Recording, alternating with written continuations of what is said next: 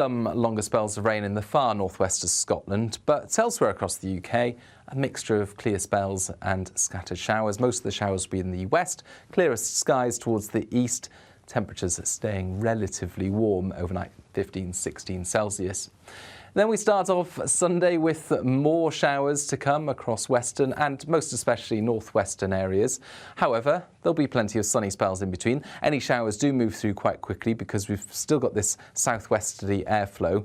However, that is also bringing the increased humidity. Temperatures rising up to the mid-20s in the south, even warmer in the south next week, changeable in the north.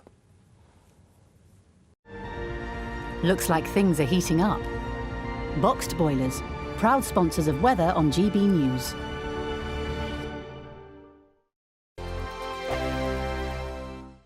What you get for breakfast is something that, if we do our jobs right, you will wake up to news that you didn't know the night before. It's a conversation. It's not just me and Eamon. We want to get to know you, and we want you to get to know us.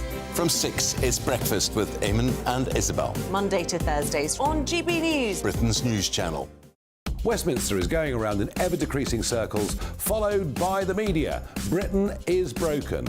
How on earth did we get into this mess? But more importantly, how do we get out of it? Join me at 7 p.m, Monday to Thursdays on Farage, here on GB News. We will have open, rational debate. We've got to work out how Britain moves forward from this. Join us here on GB News, the People's Channel. Britain is watching. When the news happens, it happens here. And really important breaking news. Breaking news this morning. On TV, radio and online, the news starts here on Britain's newsroom. All the biggest stories and the answers that you need from across the UK and beyond. Join Britain's newsroom from 9:30 on GB News. The People's Channel, Britain's news channel. Join me, Patrick Christie's, Monday to Friday, 3 till 6. We tackle the day's news agenda like you've never seen before. It's high tempo, high octane, the most controversial topics and the best guests. You will not be able to take your eyes and ears off it. I'm not afraid to ask the questions that you really want answered. 3 till 6 p.m, Monday to Friday on GB News, the People's Channel, Britain's news channel. People in Britain, they love free speech, but they also love fair play. I don't care if I'm speaking somebody from a trade union, from the Labour Party, somebody from the SNP. And I think the viewers like to see that actually we can challenge one another, but in a positive way. We think we ask the questions that people want to ask, and often we ask the questions that we wanted to ask in Parliament but never got the chance to ask. So join us every Saturday, 10 a.m. till noon on GB News, Britain's news channel. Hi, I'm Dan Wootton. You can watch me live on GB News Monday to Thursday from 9 p.m. And did you know that you can also watch and listen live on our website, gbnews.com. You'll always be up to date on the latest breaking news, as well as enjoying the best stories, opinions and shows. You can even join the debate under our live player as you're watching. So head straight to gbnews.com on TV, radio and online. GB News, Britain's news channel. It's all about family, being in people's living rooms, all the interaction and getting to know who our viewers and listeners are. When I was young, my dad used to say, "Nana, stop arguing." I wanted an outlet that would enable me to give my opinion.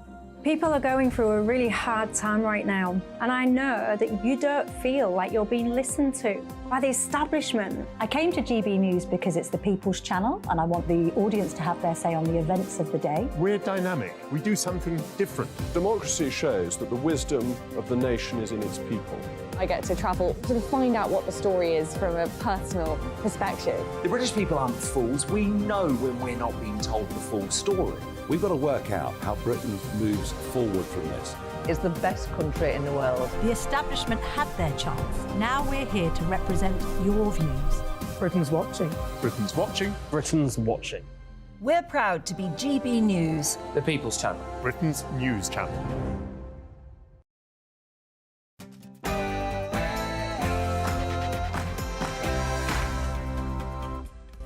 Hello and welcome to Saturday Morning Live with me, Esther, and my other half here, Phil. Look at this perfectly matched couple here.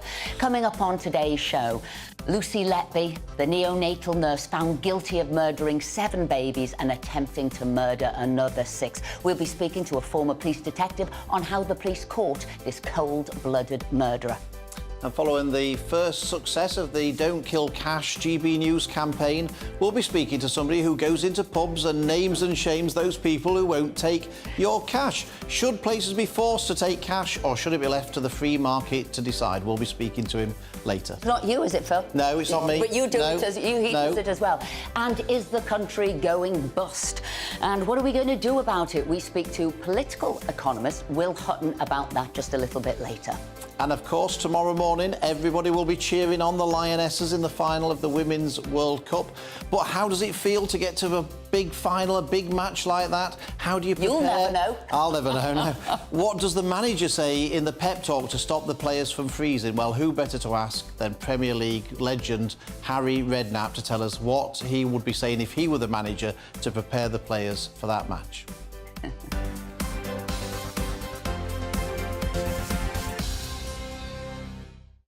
And of course, we want to hear all of your views today about all of those stories and much more. We love reading them out, so get in touch, gbviews@gbnews.com. But before all of that, here's the news headlines with the wonderful Tamsin.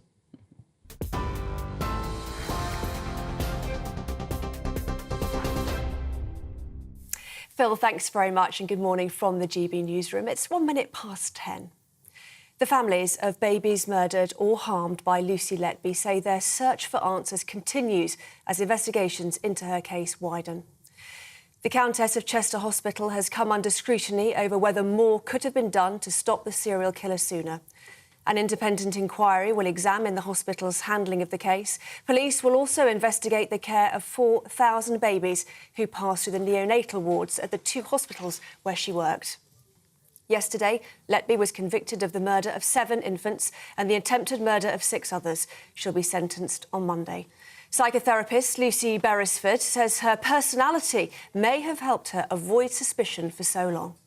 Her colleagues found her very warm and approachable and likeable, and the paediatrician who tried to raise the alarm about her allegedly at one point thought to himself, oh gosh, not nice Lucy, because there was a side to her that was very genial, and that's what makes her crime so doubly shocking, that she could have this exterior of normality and pleasantness, but actually be capable of these crimes.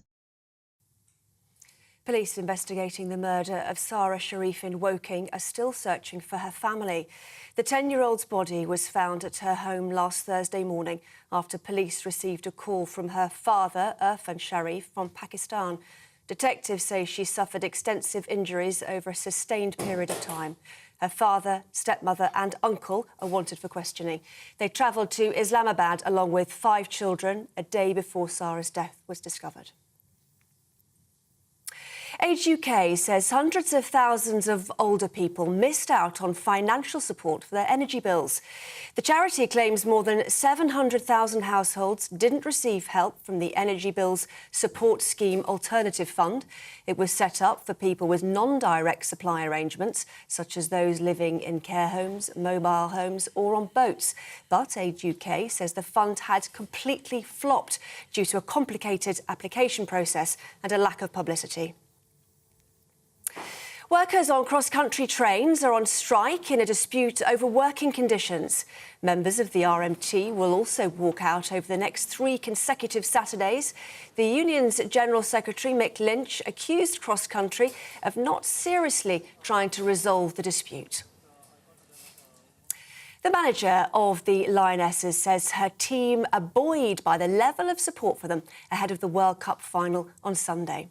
England take on Spain as they hope to win the trophy for the first time. Manager Serena Wiegman says the team has everything they need to perform at the highest level.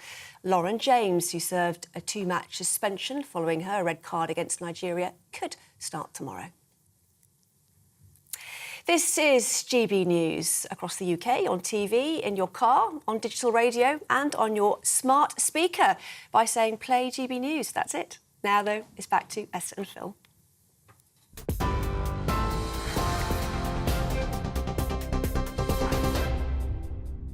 Thanks, Tamsin. Now, welcome to Saturday Morning with Esther and Phil. And the top story of the day is the 33-year-old nurse, Lucy Letby, has been found guilty of murdering 7 infants and attempting to kill 6 more whilst working on the neonatal ward at the Countess of Chester Hospital, making her the most prolific British child serial killer in modern British history. The trial went on for over 10 months. But why were such atrocities able to happen?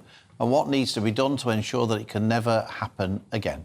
Well, we're joined now by former Metropolitan Police Detective Peter Blexley. So, Peter, an inquiry has been launched. Welcome news? Oh, yes, indeed. Although I'm a little concerned that it's not going to be a statutory inquiry. The government was swift to announce it yesterday. That was right. But it's not going to have the powers to compel people to come and give evidence. However, there very much needs to be this inquiry because it will support the great work that the police did in securing these convictions.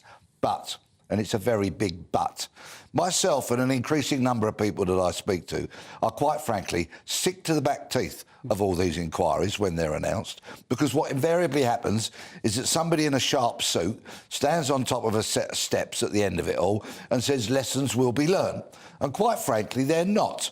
So, as a former detective, I've gathered some evidence today to absolutely prove that, because I deal with We'd evidence. expect no less from you, Peter. Thank you very much indeed.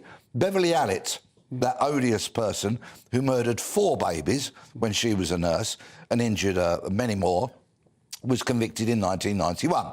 There was an inquiry into her actions and all of the background, conducted by Sir Cecil Clothier. The report was published in 1994. I'm now going to read a couple of excerpts from a statement given to the House of Commons by the then Health Secretary, Virginia Bottomley. They'll chime, I think, quite loudly. The first one is, she said, the Health Secretary, "It is the duty of Grantham and Kesteven Hospital, where Allett worked, and every other hospital to read, absorb and apply the lessons which Sir Cecil Clothier and his team have so skillfully identified. We must leave nothing to chance in minimising the opportunities open to another Beverly Allett." Well, I will leave it to your viewers and listeners to see if they agree with that or whether it was just words. I guess, Peter, the point would be is that, as it said there, to minimise the opportunities. People might say, well, look, that was 30 years ago. You know, you can't never guarantee that these things will never happen again. But the fact that nothing happened for 30 years would indicate that maybe lessons were learned and that it's impossible to stop it altogether. What would you say to that? Number one, this report was only 21 years before Letby committed her atrocious acts, and that's not all my evidence. OK. There is more words from the statement of the Health Secretary, who said, "The Clothier report identifies and criticises failures of management and communications in the hospital, and it is important that lessons are learned from these throughout the service." There were many criticisms made yesterday throughout the media after the conviction of Letby, most notably from paediatric consultants that worked with her and raised concerns, and they spoke about failures of communication and management. We shall see what the inquiry brings forth. Should the police have been brought in much quicker? Oh, undoubtedly, but that wasn't the police's fault. They can only act when an allegation is made to them. And in fact, I would like to say that I think Cheshire Police did a remarkable job in very, very challenging circumstances here. And now, if you will let me indulge... Does it also show that people can't be objective sometimes about their own staff? And you did need that objectivity of the police that should have come in much earlier, as soon as those senior consultants said there's something wrong here and the same person is on the shift when these children are dying. In other words, the lessons weren't learned. And here is my final piece from the Health Secretary's statement of 1994, when she said, "And apologies to the family of the Letby victims if this chimes. I have nothing but respect for all of them and the dignity that they have shown in the last few years, and particularly throughout the trial. I could not respect them more." Virginia Bottomley, the Health Secretary, said, "The least we owe those families of the victims is an explanation of how Allett's crimes went unchecked for so long, and an assurance from which I hope they will be able to take some comfort that everything possible will be done to prevent such a tragedy ever happening again. Hollow words, meaningless words, failed words. I mean, I think you make a very good point about that, Peter. I mean, is it always easy, though, to, you know, it's always easy after the event to say what should have happened and what shouldn't have happened. And, you know, I'm sure that nobody at the hospital was, you know, was trying to cover anything up. It's just that they didn't think that she was, you know, some did, but some clearly didn't. I mean, is it the case that, you know, this is a question about being wise after the event and we shouldn't be too harsh on the people who were there at the time?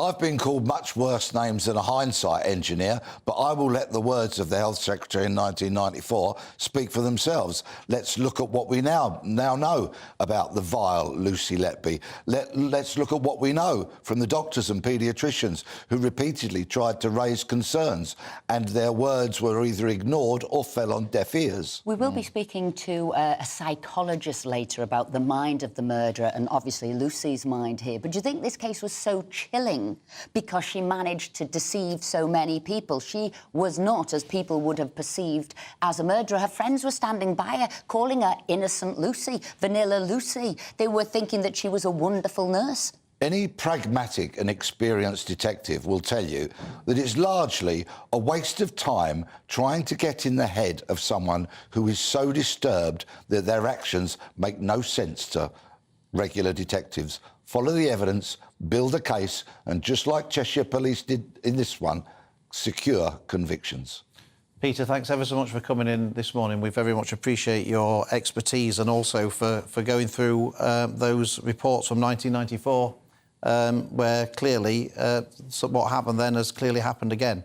Thank you very And much. also, I'll add, Phil, in 2015, a set of guidelines were drawn up by the NHS, which was making it easier to whistleblow. Come forward, we will listen to you. That didn't happen. They made the people who did whistleblow write a letter of apology to her, saying that they shouldn't have judged her so quickly. But look now, to look through today's top stories, we're delighted to be joined by celebrity chef and broadcaster Kevin Woodford and former Labour advisor Matthew Lazar. So, chilling story, this one about Lucy Letby. I mean, it's horrendous. You know, any form of murder is horrendous, but you know there's something very, very, very chilling about this particular one because it's babies and because of the number involved, and it is awful. And they're going to investigate a lot more now 4,000. They're going to. The police are now investigating 4,000 admissions, neonatal admissions that this particular nurse was involved in, right between 2012 and 2016. Mammoth task. So this could be the tip of the iceberg with this particular monster. Issue with her as well. I've got a major issue with this. I'll tell you what it is. You know, I mean, my big problem with this is there we have this monster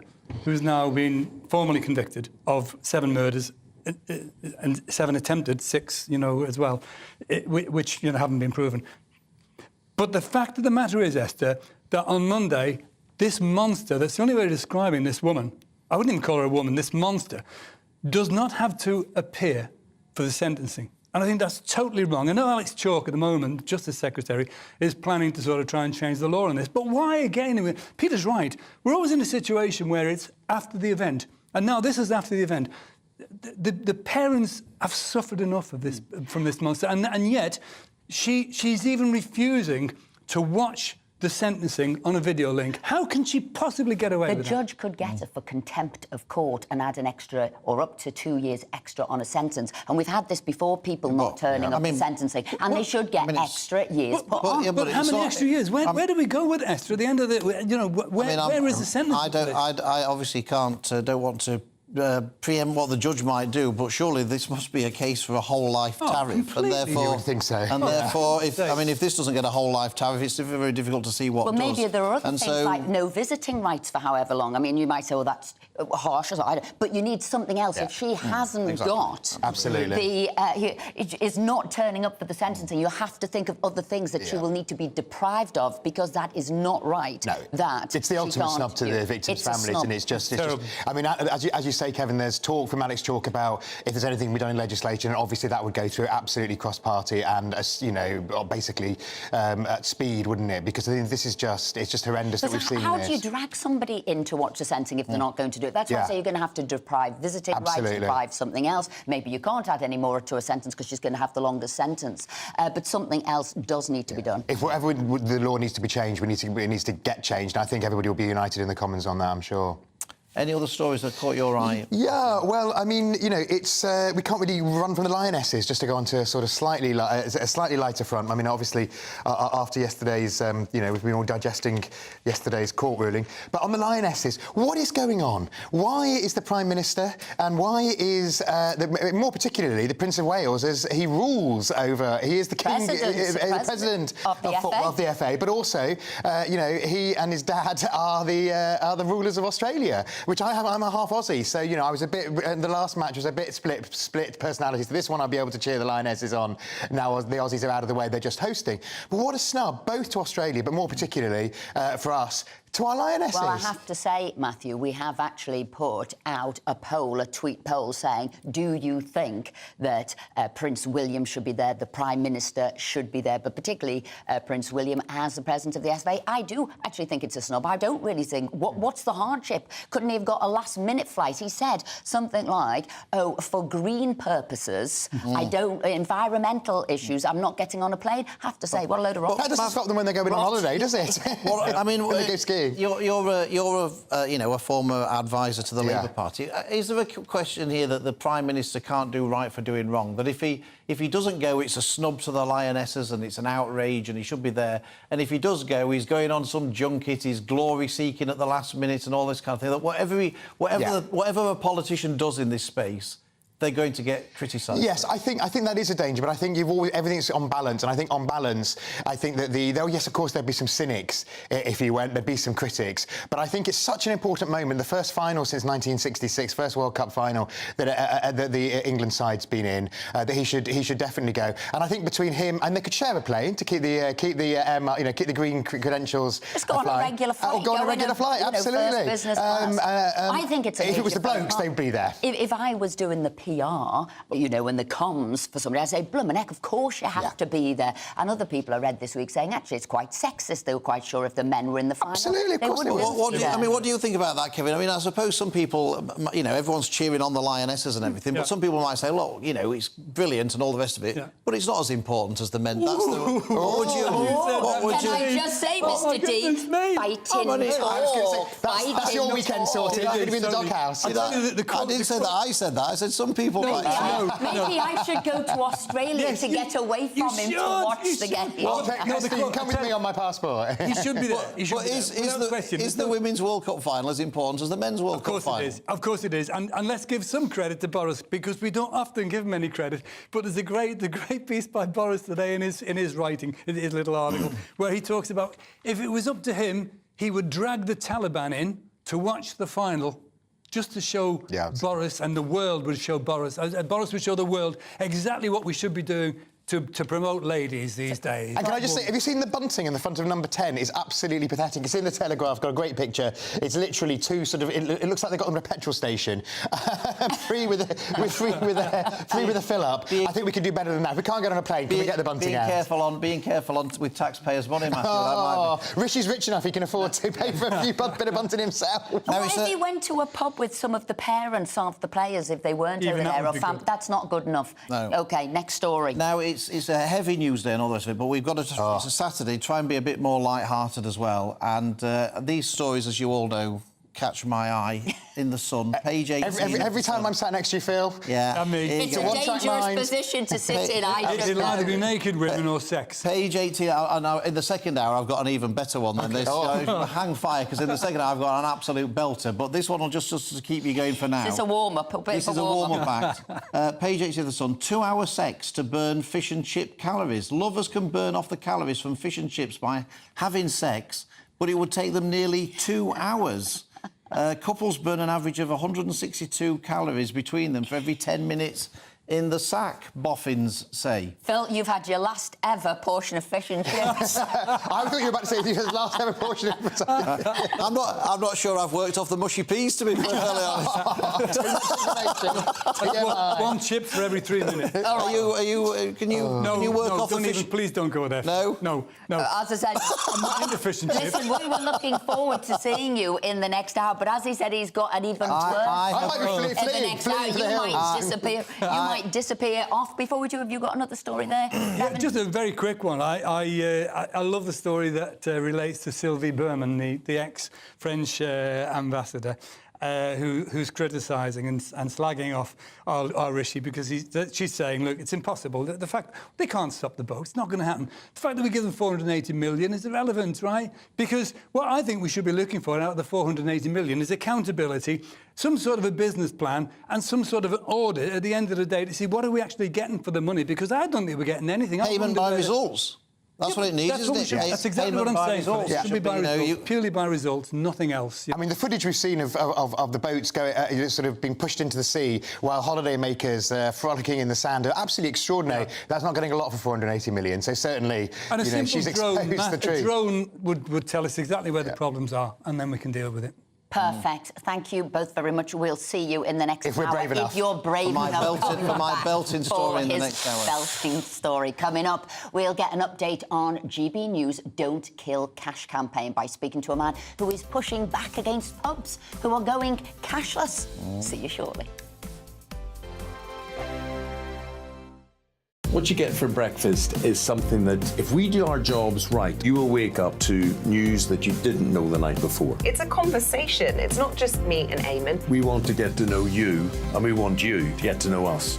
From 6, it's Breakfast with Eamon and Isabel. Monday to Thursdays on GB News, Britain's news channel.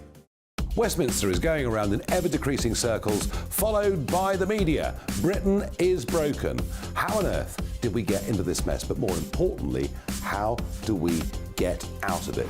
Join me at 7 p.m, Monday to Thursdays on Farage, here on GB News. We will have open, rational debate. We've got to work out how Britain moves forward from this. Join us here on GB News, the People's Channel. Britain is watching.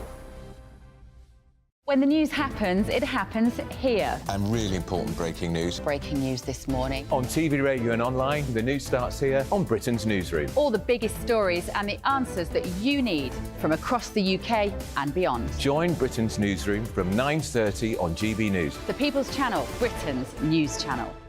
Join me, Patrick Christie's, Monday to Friday, 3 till 6. We tackle the day's news agenda like you've never seen before. It's high tempo, high octane, the most controversial topics and the best guests. You will not be able to take your eyes and ears off it. I'm not afraid to ask the questions that you really want answered. 3 till 6 p.m, Monday to Friday on GB News, the People's Channel, Britain's news channel. People in Britain, they love free speech, but they also love fair play. I don't care if I'm speaking somebody from a trade union, from the Labour Party, somebody from the SNP. And I think the viewers like to see that actually we can challenge one another, but in a positive way. We think we ask the questions that people want to ask, and often we ask the questions that we wanted to ask in Parliament but never got the chance to ask. So join us every Saturday, 10 a.m. till noon on GB News, Britain's news channel. Hi, I'm Dan Wootton. You can watch me live on GB News Monday to Thursday from 9 p.m. And did you know that you can also watch and listen live on our website, gbnews.com? You'll always be up to date on the latest breaking news, as well as enjoying the best stories, opinions and shows. You can even join the debate under our live player as you're watching. So head straight to gbnews.com on TV, radio and online. GB News, Britain's news channel. It's all about family, being in people's living rooms, all the interaction and getting to know who our viewers and listeners are. When I was young, my dad used to say, Nana, stop arguing. I wanted an outlet that would enable me to give my opinion. People are going through a really hard time right now, and I know that you don't feel like you're being listened to by the establishment. I came to GB News because it's the people's channel and I want the audience to have their say on the events of the day. We're dynamic. We do something different. Democracy shows that the wisdom of the nation is in its people. I get to travel to find out what the story is from a personal perspective. The British people aren't fools. We know when we're not being told the full story. We've got to work out how Britain moves forward from this. Is the best country in the world. The establishment had their chance. Now we're here to represent your views. Britain's watching. Britain's watching. Britain's watching. We're proud to be GB News. The People's Channel. Britain's news channel.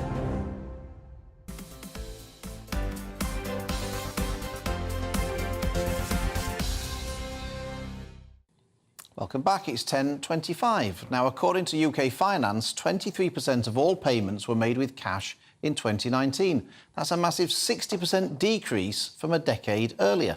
Now, the GB News Don't Kill Cash petition passed over 300,000 signatures this week, just hours after our team delivered the petition to Downing Street. The Treasury took action straight away to ensure that everyone could access a cash point within a 3-mile radius. But one man has been on the warpath against a cashless society by joining the Payments Choice Alliance and making a list of all businesses that only accept card payments. He's also secured assurances from organisations such as food and drink giant Mitchells and Butler that they should always accept cash if customers have no other way to pay. Well, joining us now is that very man, Martin Quinn of the Payments Choice Alliance. So I'll call you a cash crusader. I like that, yeah. You like that? So Yeah. what does a cash crusader do? What are your tactics? Right, what we're simply doing, or what I've been doing just recently, is going into pubs in London, taking my cameraman Ash around and trying to pay with a £10 or a £20 note. And what we're seeing is a lot of the pubs, especially around Shoreditch and Hoxton, are not accepting cash. It's just card only, and they're using all sorts of excuses like the COVID pandemic, or just no excuse at all, just refusing it. Well, I mean, what should happen? I mean, isn't this something that can be decided by the free market? I mean, if so many people want to pay by cash, then presumably there'll be plenty of places that will accept cash. It's probably just a reflection that people don't. Do we need to do anything, or can we not just leave it to the free market to decide? You could do, but at the end of the day, the best thing to do is actually in theory boycott. Just if you're not accepting your cash, go somewhere that will take your cash. But what about all the vulnerable groups that don't have smartphones, that don't have a range of debit cards? You know, they're being financially excluded.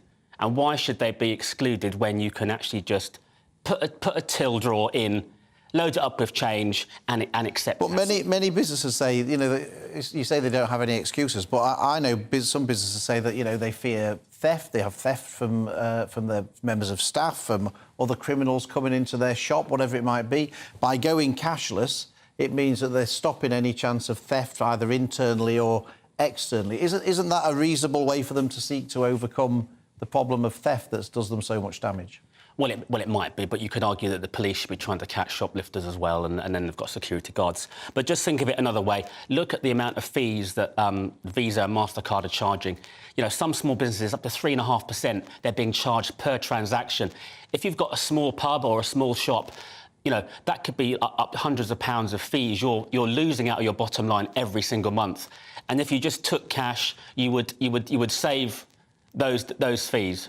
There's also credit card fraud, isn't there? You can do, you know, cash, you know, theft, but you can do credit card fraud. But on a different note, what is your main reason? You talk about the vulnerabilities of there, people who are maybe elderly or aren't as able with, you know, a cashless society.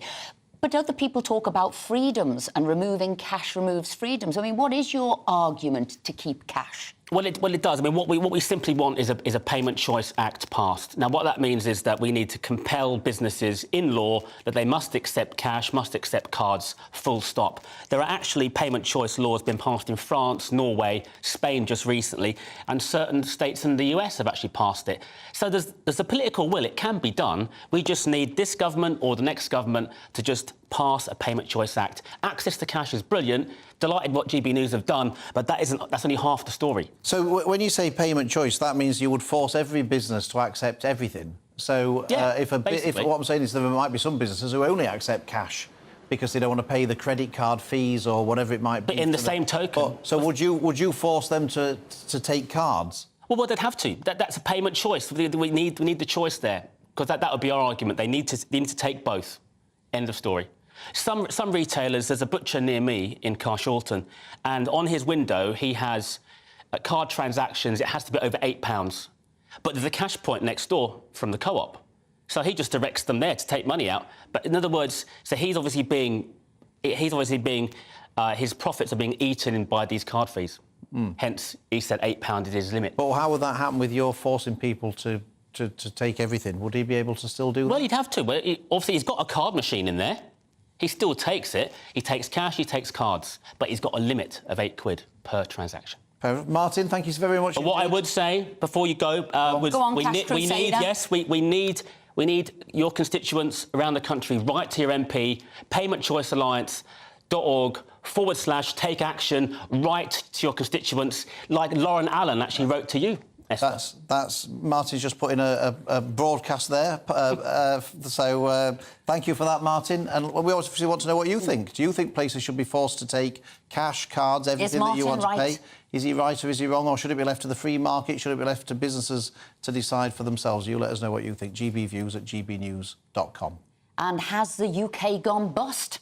Well, that's what Will Hutton, former editor of The Observer, thinks. With burgeoning national debt, it's trebled in the past 20 years, the fastest growth in the Second World War, and statistics showing that 1 in 3 children live in poverty, the country is certainly up against it. Well, Hutton joins us now. Will Hutton joins us now to discuss these problems and potential solutions. I have to say, I read your article last week, cracking article, if you don't mind me saying, but it was all about Britain's bust. It's got its back against the wall. It's been overspending for some time and hasn't been able to, which in the past it would have done, tightened its belt and used other methods to get itself back on track. But I want to know, is Britain now unable to tighten its belt, live within its means?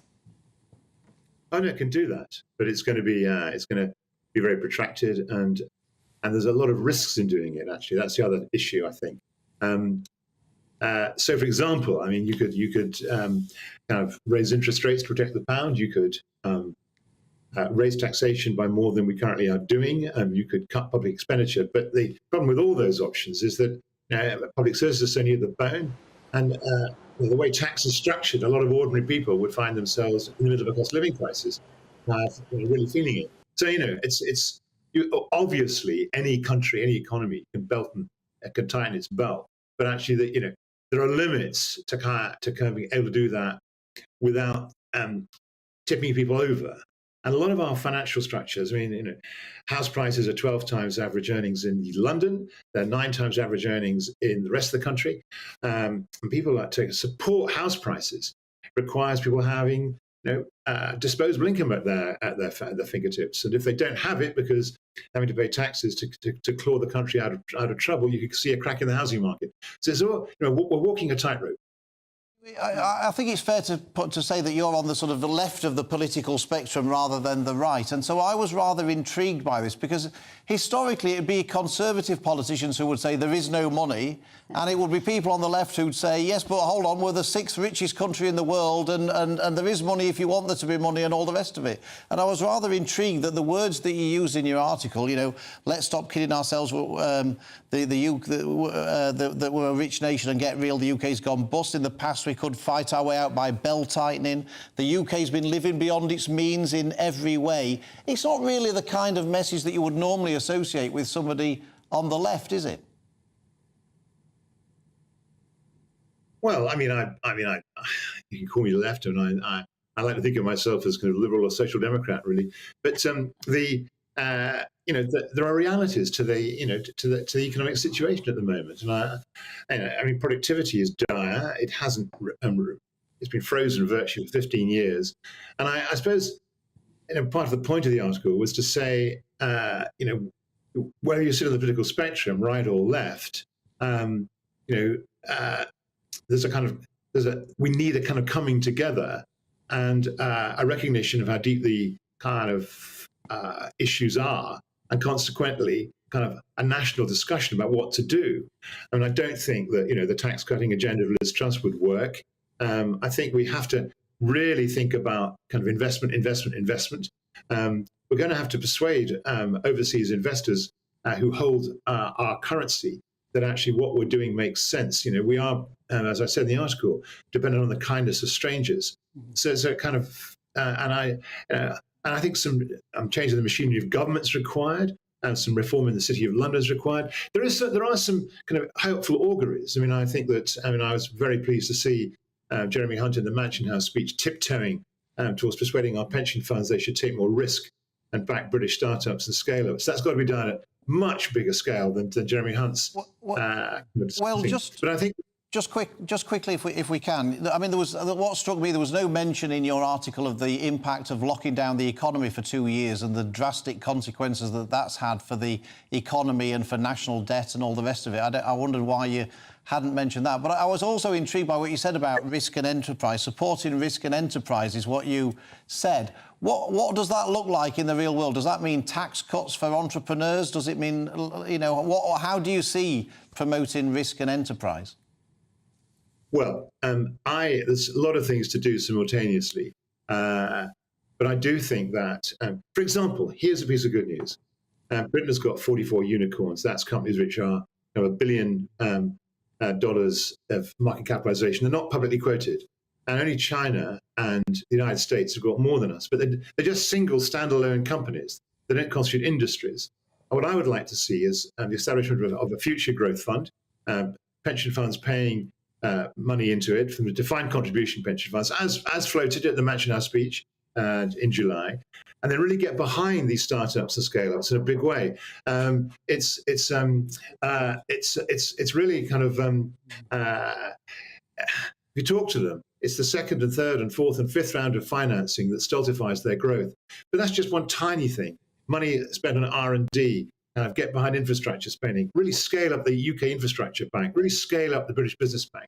Well, let's get serious about, structuring institutions that can help the fast-growing companies, and there are them, really get big and build new industries off the back of it. Will Hutton, thank you very much indeed for joining us this morning, because it's certainly a debate we'll be having. We've also put out a poll on this. Do you think that the UK's gone bust? And it is, how do you get out of it? We're still there about putting money in an investment. We'd say tighten your belt, hence that was my first question.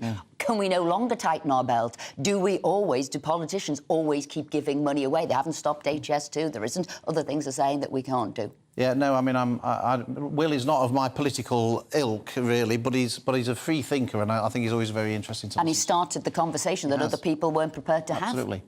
Anyway, coming up is the triple lock for the state pension still affordable. We'll be asking the former pensions minister who introduced it. And we'll also be speaking to legendary footballer manager Harry Redknapp about the Lionesses' chances tomorrow. I'm convinced they're going to win. Me too. Yeah, definitely. But here is the weather.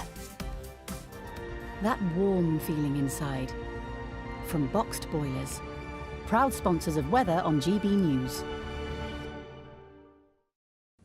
Hello there, I'm Greg Dewhurst and welcome to your latest GB News weather forecast. It's a slow improving picture over the weekend. Yes, it will still be rather breezy across the northwest and some scattered showers.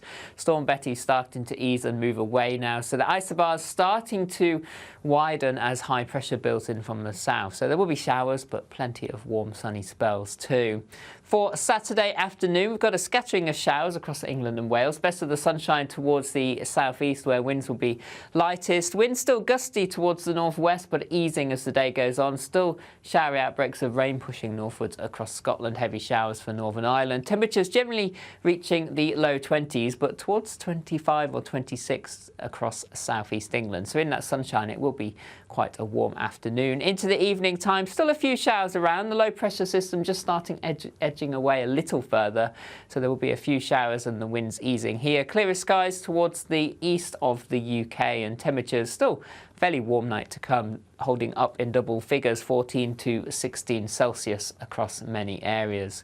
So a brighter start on Sunday, less windy than it has been compared to this morning, and during the day, it'll be a fairly calm day across England and Wales. Some scattered showers bubbling up through into the afternoon. Still breezy across parts of Northern Ireland, northwest Scotland, and here temperatures overall reaching the low 20s, highs of 25 Celsius towards the southeast. That warm feeling inside. From Boxed Boilers. proud sponsors of weather on GB News.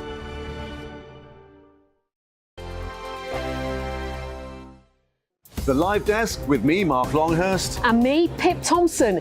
It's here Monday to Friday on GB News. From midday, we'll bring you the news as it breaks, whenever it's happening and wherever it's happening, from across the UK and around the world. Refreshing, feisty, but with a bit of fun too. If it matters to you, we'll have it covered on TV, radio and online. Join the Live Desk on GB News, the People's Channel, Britain's news channel.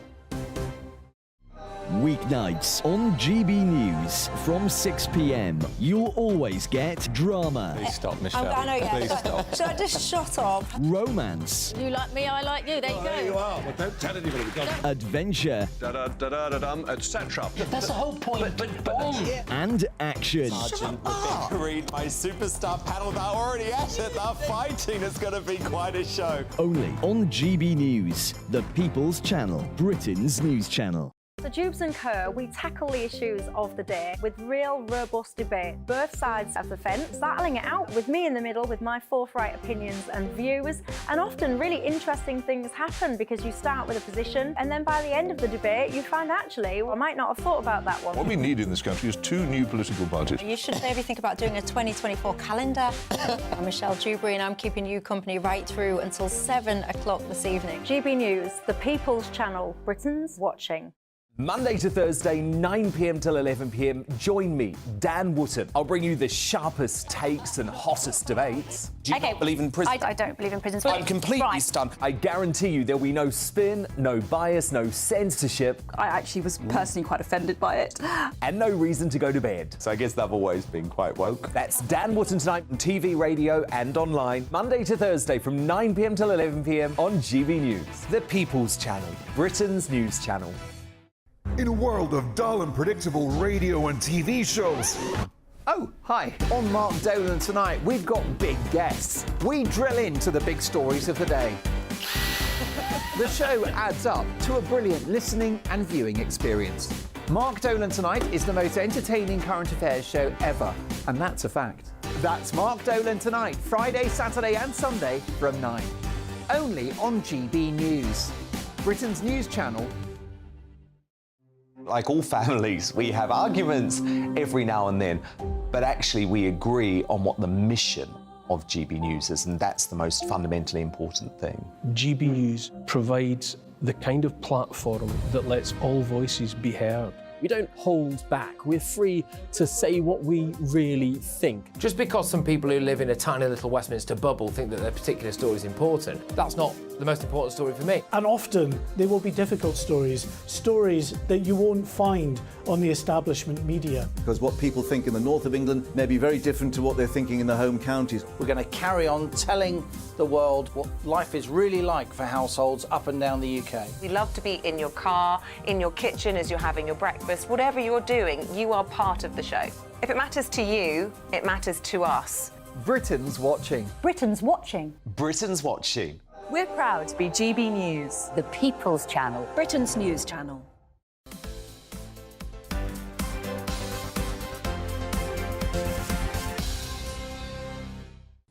Welcome back. Lots of you have been getting in touch particularly about Lucy Letby. Esther?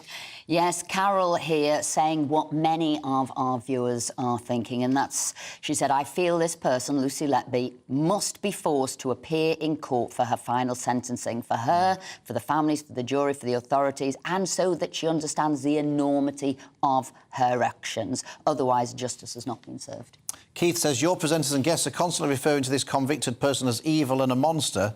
They're also, in their comments, hell-bent on requiring punishment and revenge. Of course, this person's actions were abhorrent, but we need to understand why she became the person that she was. No one is born evil. People are, at any point in their lives, a product of all that has gone before. Let us know what you think. gbviews@gbnews.com. Now, last year, the total bill for state pensions hit $110 billion, and by 2025, it's forecast to reach $135 billion. That would be more than spending on defence, on education and the Home Office combined. Such a huge bill is potentially down to several things. People are living longer, on average, and the triple lock system has meant that pension payments rise by whatever is the largest, inflation annual wage growth of 2.5%. This year, that rise was 10%.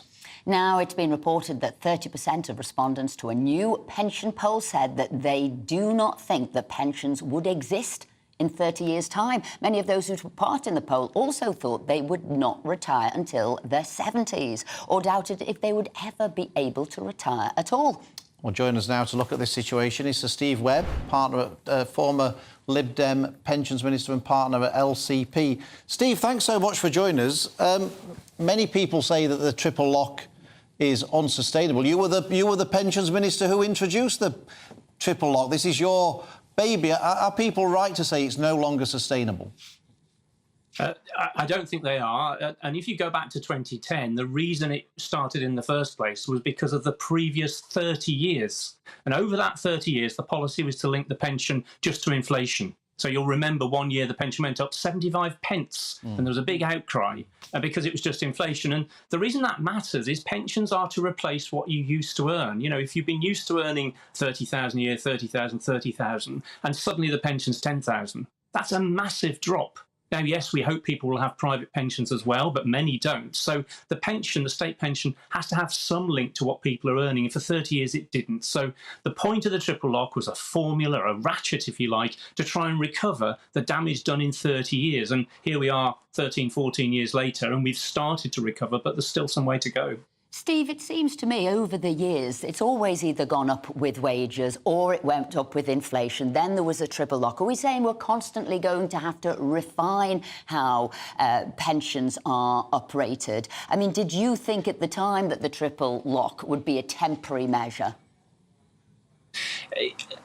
It certainly needed to go on for a decent length of time. As I say, if you're trying to recover 30 years of damage, you know, that was stability, if you like, but bad stability in my view, because the pension, you know, it's often said, one of the lowest state pensions in the Western world, and there is a reason why we needed this ratchet. And you'll remember, Esther, the years of coalition. If I'd had to go to George Osborne each year and say, can I have a bit more for the pension, please, like Oliver Twist, you know what the answer would have been. We needed a formula, we needed a rule, we needed a ratchet, and that's what's been going on for the last 13 years or so. It shouldn't go on forever. What we should do is have a target, which should be, let's say the pension should be a third of the average wage or something like that. And then you have a private pension, a workplace pension on top, and that's enough to live on. So let's decide what the pension should be, let's get it to that level, and then we can have a more stable situation. Well, Steve, you're an experienced and wily politician. You know that as soon as you've introduced something, it's virtually impossible then to remove for political reasons. So is it not a bit fanciful to think that once we've hit this sort of target that you think we should be aiming for, that any government will be able to get away with saying, right, well, that's it now, we've got there, now we're going to get rid of this triple lock? Is it not now politically here to stay forever? Probably not forever. I mean, the fact that we're having this conversation at the moment shows the tension of keeping it. You know, there is a pressure. There are other things we want to spend money on, including, I should say, money for things that older people care about. You know, if I'm waiting for a hip replacement, if I'm waiting for social care and we're told there isn't the money for that, but every year the pension gets hiked, I might even as a voter say, well, do you know what? If you said to me, we're going to pause the triple lock or hold, but the money we save from doing that will mean you get your hip done quicker, mean you get your social care assessment. You know, so I think you could be clever about how you did it, but at some point it will have to stop. It's how we get there. Steve, I know this is complicated, but a quick answer if you can, because Simon Heffer wrote an article earlier this week, tell the young the truth, they won't get a state pension. Although that's a difficult message, is there some logic behind what Simon Heffer was saying? Because they've got time to plan for their future in the way that current pensioners don't. If you thought they could build up enough on their own, that would be fine. But if you think about the sort of jobs lots of young people have, the costs of rent, perhaps even paying a rent in retirement, the idea that we don't have a state pension at all just doesn't seem right to me. Yes, by all means, encourage younger people to save more, but my goodness, they've got other things to spend on at the moment other than pensions. So, Steve Webb, thanks ever so much for joining us this morning. We really appreciate your expertise. Nobody more expert on the subject. It was a double thank you. We both said it at the same time. There is nobody more expert on pensions than Steve. No. We also asked our viewers, do you think the triple lock is sustainable? The results are in. And 62.7% of you said yes, the triple lock is sustainable. 37.3% of you said no, it was not. Thank you for taking part in that.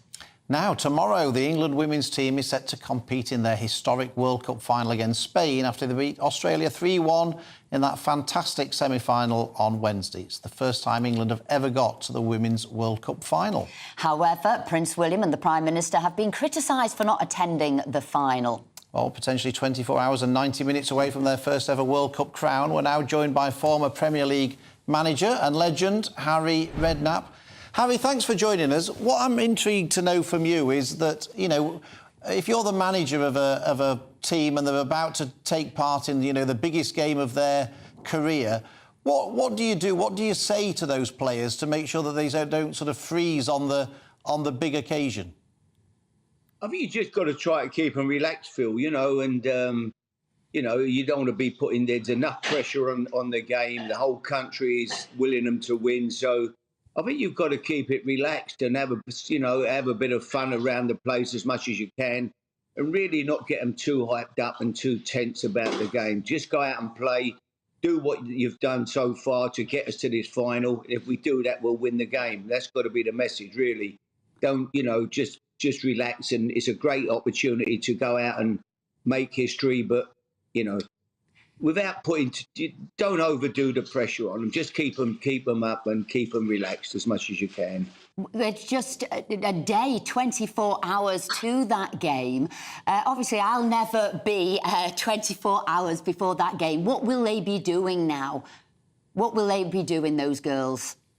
Well, they'll be training today. Esther, they'll be obviously have a little training session.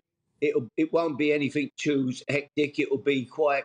They'll run through a few set plays. They'll do, you know, set plays for, set plays against. They'll have all the positional play of where the opposition, where Spain will go from corners, free kicks, what they try to do. So they'll have all their markings, who they're going to mark in the game. This is and they'll get in there, put them in them positions, and they'll run through some set plays. And they'll probably end up with a little game, a little fun game, and nice and bright, no contact. You don't want any injuries, but just to keep them having a laugh and keeping them bright, and, you know, put a little something on the game where the losers have to buy the coffees after training or whatever. You know, a little bit of an edge to it as well. But they won't be doing anything that's too strenuous today, or where they could pick up any injuries. They'll just want to get through the day and get them ready. And then they'll go back to the hotel and they'll relax, come down for their dinner and watch a bit of TV. And yeah, they'll be playing their whatever games they've got. They'll be as relaxed as they can. Now, Harry, the manager, Serena Wiegman, has earned lots of plaudits throughout the tournament. How do you think, should she be given the chance to manage in, you know, some people are saying doesn't she manage a men's Premier League football team? Why does she not maybe even be the person to replace Gareth Southgate? I mean, would she be able to slot into that kind of position easily? If you're a good manager, are you a good manager wherever you manage it? If she did slot in, she'd save them a few bob, wouldn't they? She's on 100,000. Gareth Southgate's on 400,000. 400,000. Yeah, no, 5 million a year. She's not going to be ready to manage the England team. No, like the men's team, I can't see that, really, to be truthful with you. I'd be lying if I sat here and said, yeah, it'd be a great idea. I don't see that at all. If she wants to get into, you know, if she feels going into the men's game, I think she's going to have to start somewhere and earn her stripes in the men's game. You know, she'd have to, if she's taking a league team. I don't see her walking straight into the Premier League. You know, she's done fantastic, but it's very, very different. It's, you know, I think she'd have to go like people who manage the England team. They have to prove themselves managing club teams first. I think she'd have to, if she goes in the men's game, she'd have to go and manage it at whatever level. You know, nothing to say. Listen, there's a bold chairman out there who wants to have a go and break the mould.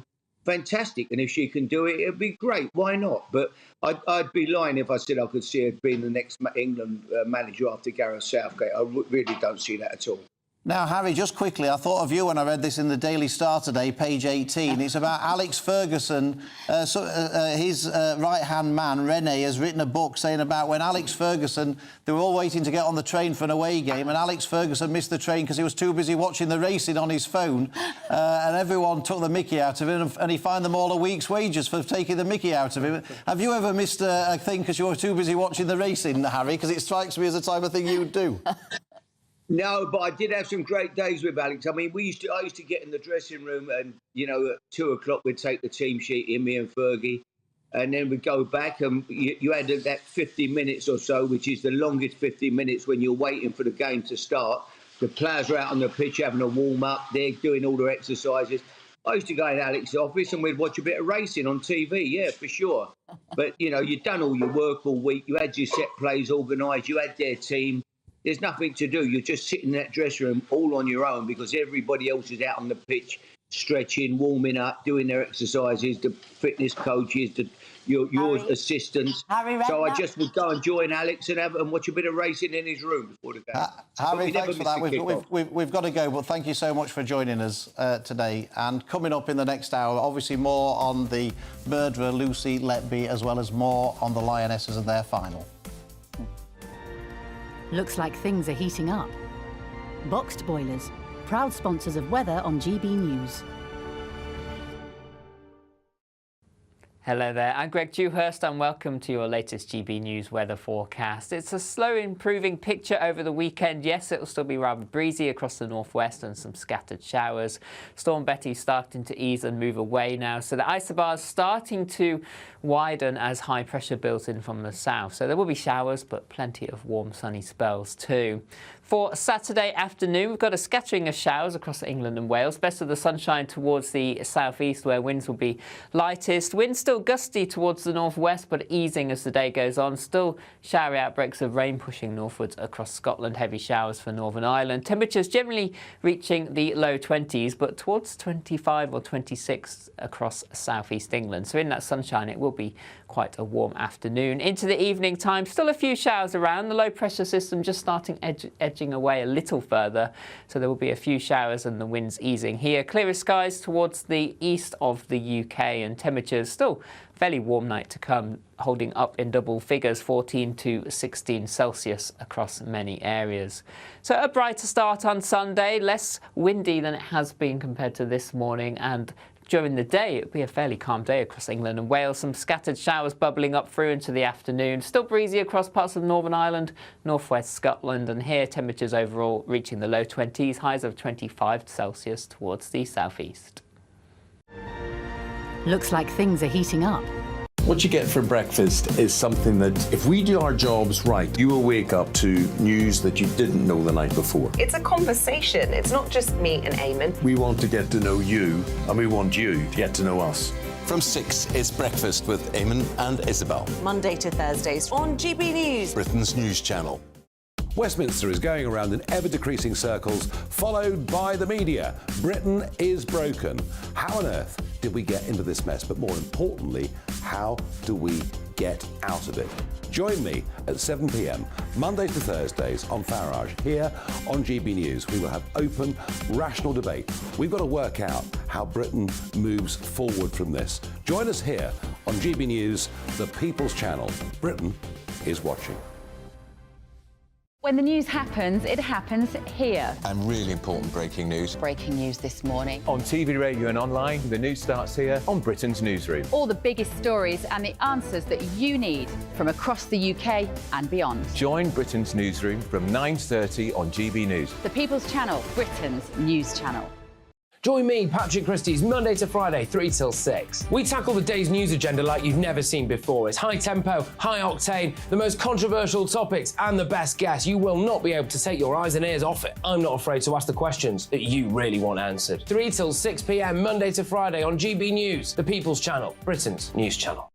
People in Britain, they love free speech, but they also love fair play. I don't care if I'm speaking somebody from a trade union, from the Labour Party, somebody from the SNP. And I think the viewers like to see that actually we can challenge one another, but in a positive way. We think we ask the questions that people want to ask, and often we ask the questions that we wanted to ask in Parliament but never got the chance to ask. So join us every Saturday, 10 a.m. till noon on GB News, Britain's news channel. Hi, I'm Dan Wootton. You can watch me live on GB News Monday to Thursday from 9 p.m. And did you know that you can also watch and listen live on our website, gbnews.com. You'll always be up to date on the latest breaking news, as well as enjoying the best stories, opinions and shows. You can even join the debate under our live player as you're watching. So head straight to gbnews.com on TV, radio and online. GB News, Britain's news channel. It's all about family, being in people's living rooms, all the interaction and getting to know who our viewers and listeners are. When I was young, my dad used to say, "No, stop arguing." I wanted an outlet that would enable me to give my opinion. People are going through a really hard time right now, and I know that you don't feel like you're being listened to by the establishment. I came to GB News because it's the people's channel, and I want the audience to have their say on the events of the day. We're dynamic. We do something different. Democracy shows that the wisdom of the nation is in its people. I get to travel to find out what the story is from a personal perspective. The British people aren't fools. We know when we're not being told the full story. We've got to work out how Britain moves forward from this. It's the best country in the world. The establishment had their chance. Now we're here to represent your views. Britain's watching.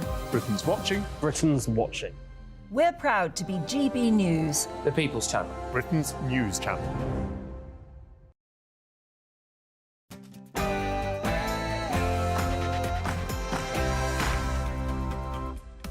Hello and welcome to Saturday Morning Live with Esther and Phil. Now, coming up this hour, after Lucy Letby, that neonatal nurse, was convicted of murdering 7 children and attempting to murder another 6, we'll be speaking to the man who caught serial killer Levi Bloomfield and also a psychologist to get inside the mind of the murderer. And we've got our paper reviewers back again. Matthew Lazar, former Labour advisor and broadcaster and celebrity chef Kevin Woodford. And I have got a very, very fun story from The Sun today, and you really won't want to miss that one. Tattoos, do you like them? Are they a turn on or are they a turn off? We've got the most tattooed man in Great Britain joining us later today. Quite shocking, actually. He told me some of the things.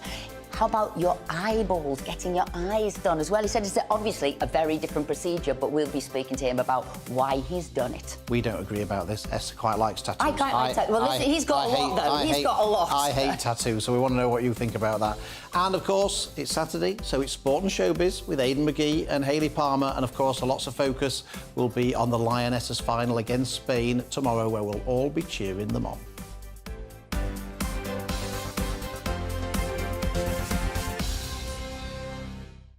And, of course, we want to hear what you think about all of these things. Email us gbviews@gbnews.com, particularly about tattoos. But before all of that, here's the latest headlines with Tamzin.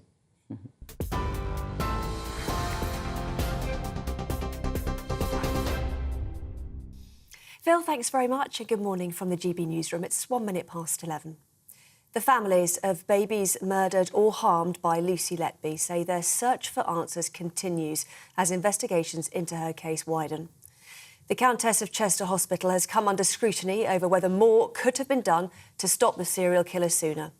An independent inquiry will examine the hospital's handling of the case. Police will also investigate the care of 4,000 babies who passed through the neonatal wards at the 2 hospitals where she worked. Yesterday, she was convicted of the murder of 7 babies and the attempted murder of 6 others. Letby will be sentenced on Monday. Psychotherapist Lucy Beresford says her personality may have helped her avoid suspicion. Her colleagues found her very warm and approachable and likeable, and the paediatrician who tried to raise the alarm about her allegedly at one point thought to himself, oh gosh, not nice Lucy, because there was a side to her that was very genial, and that's what makes her crime so doubly shocking, that she could have this exterior of normality and pleasantness, but actually be capable of these crimes. Police investigating the murder of Sarah Sharif in Woking are still searching for her family. The 10-year-old's body was found at her home last Thursday morning after police received a call from her father, Irfan Sharif, from Pakistan. Detectives say she suffered extensive injuries over a sustained period of time. Her father, stepmother and uncle are wanted for questioning. They travelled to Islamabad along with 5 children a day before Sarah's death was discovered. Age UK says hundreds of thousands of older people missed out on financial support for their energy bills. The charity claims more than 700,000 households didn't receive help from the Energy Bills Support Scheme Alternative Fund. It was set up for people with non-direct supply arrangements, such as those living in care homes, mobile homes or on boats. But Age UK says the fund had completely flopped due to a complicated application process and a lack of publicity. A protest over the closure of railway ticket offices will be staged outside Downing Street later this month. The RMT union says it'll stage a mass rally on the 31st of August, which is the last day of the consultation process. It warns the move to close up to 1,000 offices will put more than 2,000 jobs at risk. The planned action comes as cross-country train workers stage the first of 4 strikes over working conditions. RMT members will also walk out over the next 3 Saturdays. A state of emergency has been declared in Canada's western province of British Columbia, where wildfires are threatening homes. Thousands of people have been evacuated from the area as fires burn in the hills and mountains above West Kelowna. Strong winds are fanning the flames, with the fire service warning the blaze could reach the outskirts of the city by this weekend. Canada is facing its worst season on record, with more than 1,000 active fires burning across the country. The manager of the Lionesses says her team is buoyed by the level of support ahead of tomorrow's World Cup final. England take on Spain, playing to win the trophy for the first time. Manager Serena Wiegmann says the team has everything it needs to perform at the highest level. Lauren James, who served a 2-match suspension following her red card against Nigeria, could start tomorrow. Ryan Jobson, who trained right-back Lucy Bronze, has this message for her and the team. Lucy, what a girl. She's done very, very well. We're all very proud of her here in Northumberland. We're all proud of all the Lionesses. They've done a marvellous job. And, like I say, to get into the World Cup final is just unbelievable. We're all very delighted.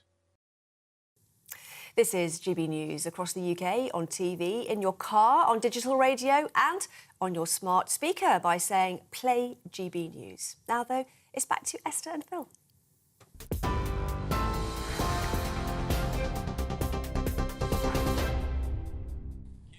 Thanks, Tamsin. Welcome back to Saturday Morning with Esther and Phil.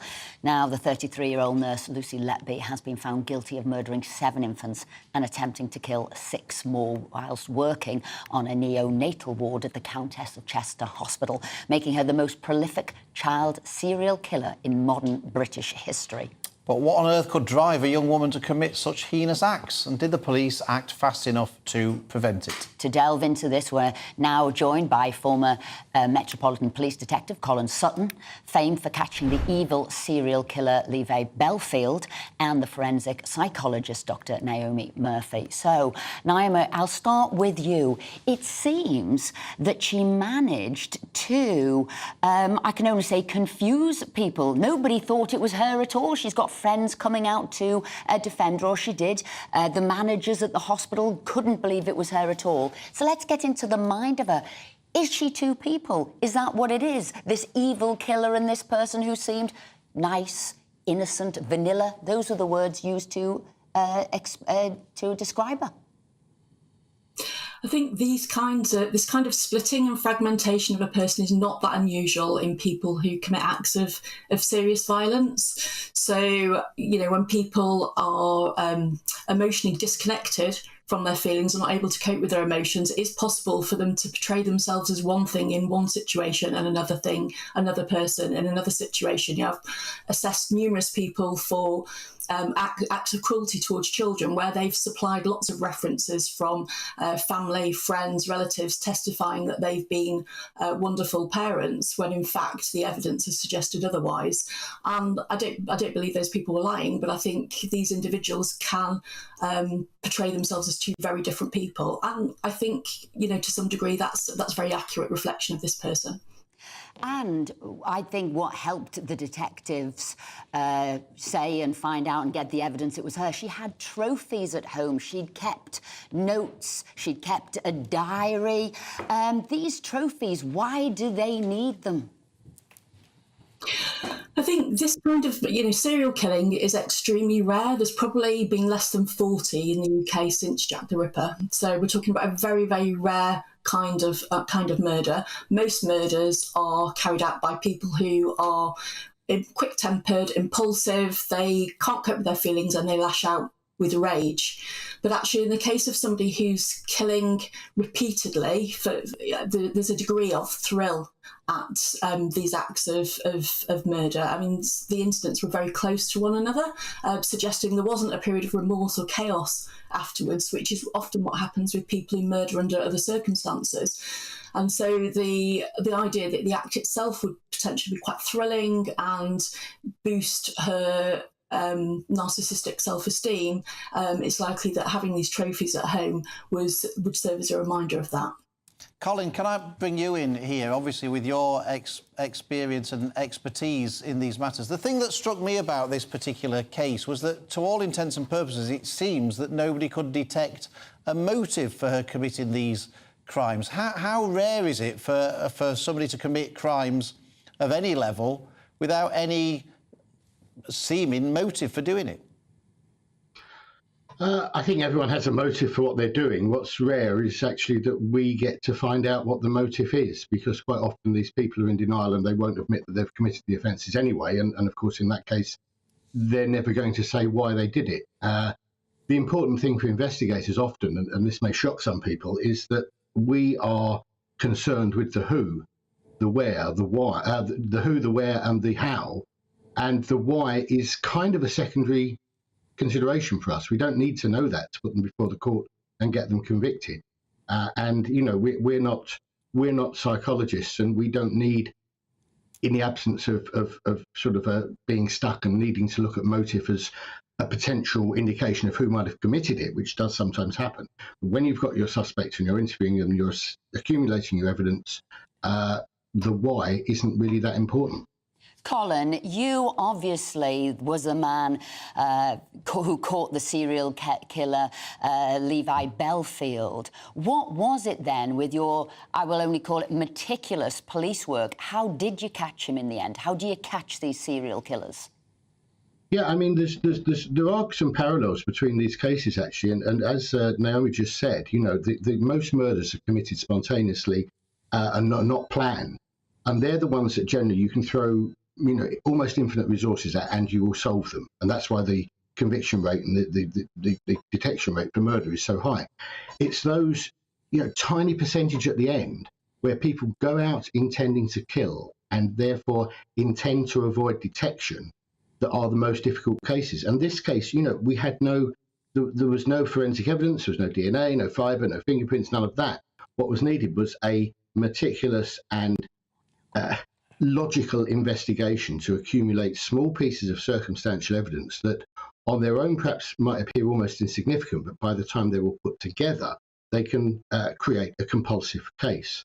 And that's what Cheshire Constabulary did. And I don't think we should underestimate the difficulty and the dedication and the skill with which they carried out this investigation over a long time. Colin, Naomi, thank you very much indeed for taking the time to join us this morning. We appreciate your expertise in these matters. Thank you. Now to look through the top stories of today, we're delighted to be joined by celebrity chef and broadcaster Kevin Woodford and former Labour advisor Matthew Lazar. Who shall I start with? Go on, Matthew. Yeah, so, I mean, just following on from what we were talking about earlier about football, and Phil was saying, can any politician ever get it right? Well, The Telegraph, there's a story in The Telegraph yesterday which really struck me, which was Ed Davey cheering away and being criticised for it. And so, what do you do? Because I mean, you know, every politician now is forced to be a football fan, even if you don't like football. 30 years ago, you know, can you imagine sort of Winston Churchill, you know, not being popular because he didn't have his West Ham scarf out or something? You know, maybe we wouldn't have won the war because he didn't get elected because he wasn't a football fan. And I just think, yeah, look, this is a national event tomorrow. You know, everybody's behind the Lionesses. But, you know, I'm not particularly into football, you know, but if you're into politics, you have to pretend that you are. And I don't know what you guys think as frontline politicians. Do you feel forced to shake? I mean, Peter Mandelson once said, you know, the first thing he'd rescue from his house in his fire was his Hartlepool United scarf. And love Peter though I do, I wouldn't. I'm not sure that was strictly true. No, as it happens, I do love football. I do love sport, and I'm a season ticket holder at Bradford City. But is it not? Is the best? You're an advisor. Yeah. I mean, surely the advice should be just be yourself. Absolutely. I mean, that's the advice I would always give, but I think sometimes politicians don't take it and they feel they have to do it. I mean, we saw, I think it was Priti Patel who just got the England shirt when the men were playing. She just got it out of the... and it still had the creases in it from the packet. And that's the worst thing. Yeah. Just be yourself. If you're into football, show it. I mean, Keir Starmer, for example, is genuinely into football. But I think this was bigger than just if you've got a team that you support. Yeah. This was much bigger. This is something that we are going to be... I'm convinced. Absolutely. I think we're going to win this the World is a national Cup. moment. This is something, that these women have taken this game on. Absolutely, 100%. Great segue. Politicians should be themselves. Absolutely, I agree with you, Matt. And thank goodness that we've got Angela Rayner, because what I want from my politician is somebody that's intelligent, mature, honest, and has my best interests at heart. But mature is really important. And if we're going to get a change of government, you know, in the next, few months, then thank goodness we've got Angela Rayner, because she is herself, isn't she? Yeah. Because at 46 years old, right, and a grandmother, she can rave like the young ones. That's what she says herself, having been to Spain and drank away from 4 o'clock in the afternoon till 6 o'clock in the morning. Good on the girl. That's what I say. Not, right? Because I don't want that, and I don't want a politician that's going to really boast about that. I want a politician that's going to sort of really show me the way. What's a sensible way of living, right? And her recipe for a really good night when she invites her mates around is a Venom cocktail, which is 1 bottle of vodka, a bottle of Southern Comfort, 10 bottles of Wicked, WKD, whatever that is. Thankfully, I've never had it. And a litre of orange juice. That must be the healthy bit. That's your and you five a day. pour that all into a bucket, apparently, and everybody slurps their way through it. And she refers to Starmer, her boss, being like a civil servant. I think I'd rather have somebody like a civil servant than somebody that spent 2 weeks on the binge, to be quite frank with you. Matthew, are you going to defend Angela Rayner? Well, I'll tell you what. I mean, Angela does like a bit of a raver. I remember conversing with Angela once and getting back in her car, and down came the roof came off, and on went the Hacienda top 20 Hacienda moments. It was in the days of CDs onto the CD player. So Angela is herself. I mean, I'm not sure we want a parliament full of Angelas. I'm not sure we want a parliament full of Keirs. I think it's about having, you know, texture and having people with different backgrounds and different outlooks on life. So, you know, good on her. Have you had the Venom cocktail? So after we've just been saying that politicians should be themselves, surely that's a good thing, that she's just being herself. It is a good thing, but what I'm saying is she's not for me. That's what I'm saying, to be quite frank. Well, I'm going to look at another story here in the papers today, and that's also about the reshuffle. So who does Rishi Sunak want in his cabinet here? Who is being moved on? Obviously, some of this has come about because some people have said they're going to stand down. They don't want to be there anymore. So whether that's Ben Wallace, Defence, whether that was Will Quince as a health minister, won't be standing at the next election. Some people, they've said, what is he going to do, Suella Braverman? Is she going to stay? Is she going to go? What do we think? Is it important that he does this reshuffle, or might he get a load of names that nobody knows about just as he goes into a general election? I think that's the big danger, Esther. I think you've hit the nail on the head. So apparently we've had 13 culture secretaries in 13 years, and, you know, I don't think that even a political nerd like me could name half of them. I think the big danger is that it's just reshuffling the deck chairs, if I might say so, on the Titanic. Even if things are going well, people should be left in their jobs so they actually know what they're doing. And they have Steve Barclay, for some reason, reason seems to be... He's the fall guy. Would you think that's right, that he should go? I mean, I don't think he's... I mean, he's only been there, what, sort of 9 months? How do you get to grips with the health service, the largest employer in the Western world, in 9 months? You need people who are... The people who've been successes in this government were people like Michael Gove in his first... When he had that, you know, that 4 years right at the beginning of the Tory government in education, which he'd planned for before he went into government. So just sort of, you know, changing the culture secretary or bringing in he's talked about bringing in his ex-advisor as to replace the chief secretary. Every government needs 2 or 3 big hitters. Who do you think would take over from Ben Wallace as a defence secretary? Tom Tugendhat, Anne-Marie Trevelyan or Penny Mordaunt? Well, I think it should be Penny Mordaunt, but I think they'll want to keep Penny Mordaunt as the kind of as a sort of one of the front people in the election. As leader of the House, she's able to go across all topics. So I think they'll probably give it to Tom Tugendhat or John Glenn. Do you think reshuffles make any difference, Kevin? I think or not? I mean, you've got to have them to keep people disciplined. You see, if they've got to have the hope of a promotion. You're in line. That's such a wrong way of doing it. I'm not any hope of a promotion. I mean, I really think stability is pretty important in any profession, and as is development. And I don't understand how somebody can go into a role and then expect them to be able to perform to the level that we need them to perform within a short period of time. And that's one of the problems. I do think stability is critical in any profession at all. Now, I promised you a belter in the second hour. I thought if I talked about the reshuffle long enough, we might avoid it. I thought you gave very lengthy answers. Yeah, we did. We agreed we're going to talk him out of this one. I know what you thought it might be. I bet you thought it was going to be page 19 of the Daily Star with the billionaire who has started a penis rejuvenation therapy. His target is to achieve 3 hours and 30 minutes worth of nighttime erections. That's his. But you thought it was going to be that one. But it's not. But it's not. That was in third place. No, exactly. Page 36. But he still thought he'd read it out. Yeah, he did it anyway. Didn't miss the opportunity of reading that one. If you'll excuse the pun, it's a double-page spread in the pages 36 and 37 of The Sun. It was a Sun writer visits a naturist retreat and finds it's an altogether fun break. But the thing that struck me about this, apart from the photos of all the naked women at the naturist camp, was the first 2 paragraphs of this story, which I thought were absolute belters.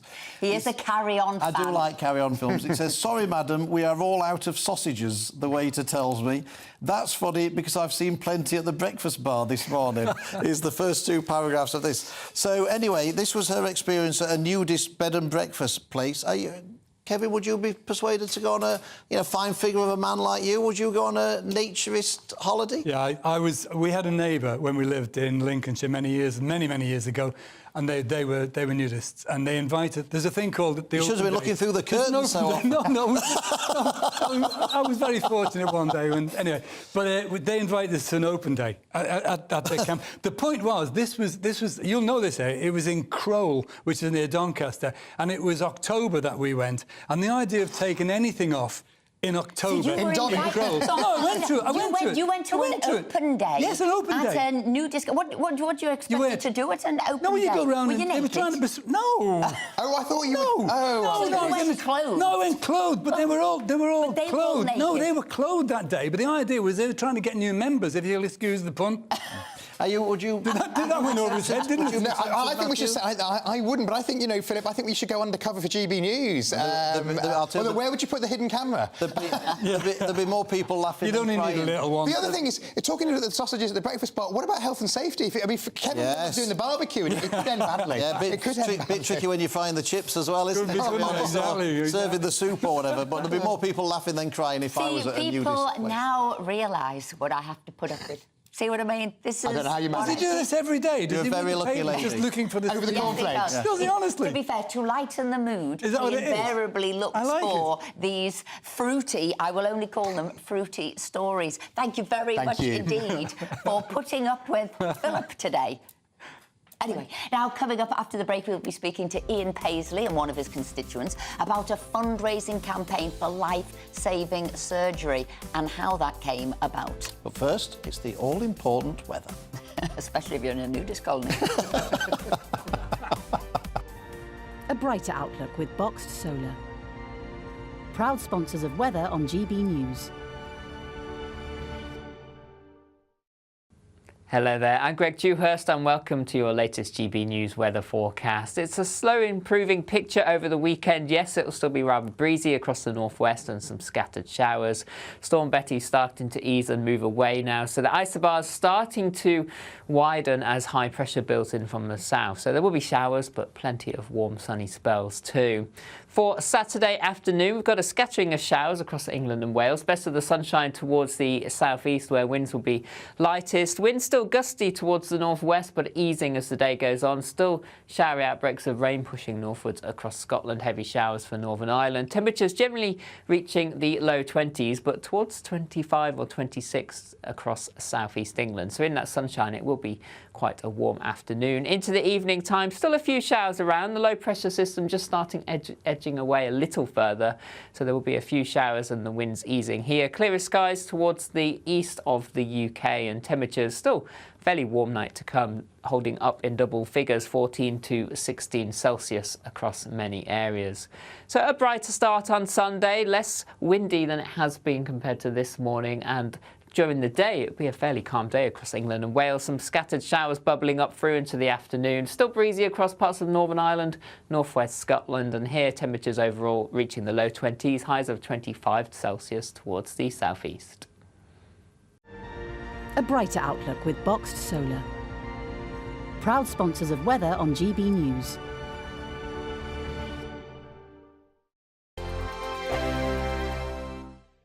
The Live Desk with me, Mark Longhurst. And me, Pip Thompson. It's here Monday to Friday on GB News. From midday, we'll bring you the news as it breaks, whenever it's happening and wherever it's happening, from across the UK and around the world. Refreshing, feisty, but with a bit of fun too. If it matters to you, we'll have it covered on TV, radio and online. Join the Live Desk on GB News, the People's Channel, Britain's news channel. Weeknights on GB News from 6 p.m. You'll always get drama. Please stop, Michelle. I know, yeah. Please stop. Should I just shut up? Romance. You like me, I like you. There you go. There you are. Well, don't tell anybody. Adventure. Etc. That's the whole point. But and action. Sergeant, read my superstar panel. They're already at it. They're fighting. It's going to be quite a show. Only on GB News, the People's Channel, Britain's news channel. So Jubes and Co, we tackle the issues of the day with real robust debate, both sides of the fence, battling it out with me in the middle with my forthright opinions and views. And often really interesting things happen because you start with a position and then by the end of the debate you find actually, well, I might not have thought about that one. What we need in this country is 2 new political parties. You should maybe think about doing a 2024 calendar.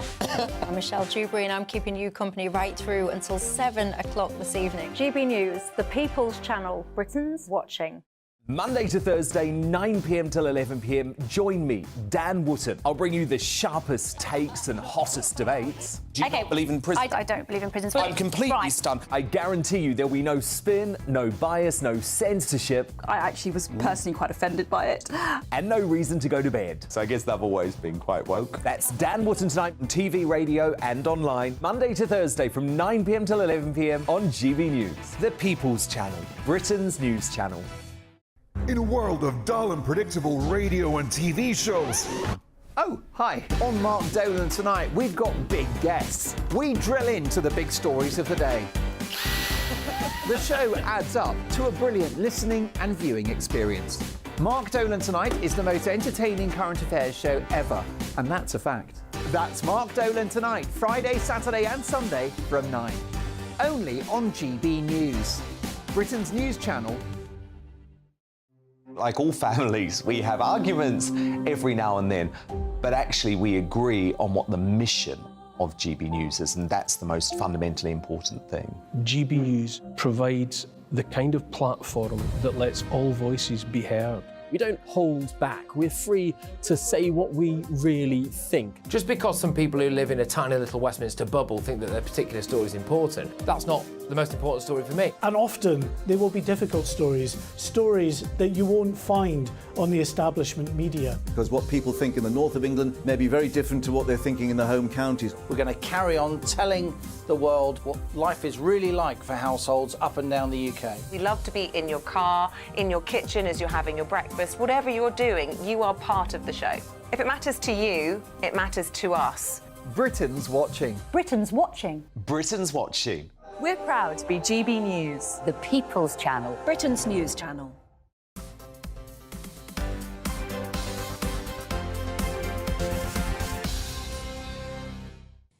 Welcome back. Time now is 11:27. Your views have been coming in thick and fast. We've got time for a couple of them here. Carol says, your viewer who said we need to understand why Letby became a killer has really annoyed me. Why have we always got to look for excuses for these monsters? Lots of people have had bad childhoods, but they don't turn into what she turned into, this horrible creature.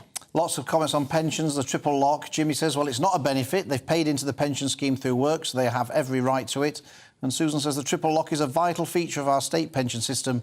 It's to stop pensioners falling back into poverty. Keep those views coming in. Time now for a slightly different story. A family from Northern Ireland jetted off on holiday to Portugal earlier this summer, only for one of them to obtain life-threatening spinal injuries in a swimming pool accident. Chrissy Falloon was taken to hospital in Faro, where his family launched a fight to get him the life-saving surgery he needs. After issues with insurance claims, the Falloon family launched a GoFundMe campaign to get the money to save their beloved Chrissy's life. Family's efforts have been championed by their local MP, Ian Paisley, and we're delighted now to be joined by Ian, along with Ricky Falloon, to get the latest on the effort to get Chrissy home. Thanks both for joining us. Ricky, if we can start with you, I mean, what is the latest on Chrissy, and how's his treatment going? Yeah, hi.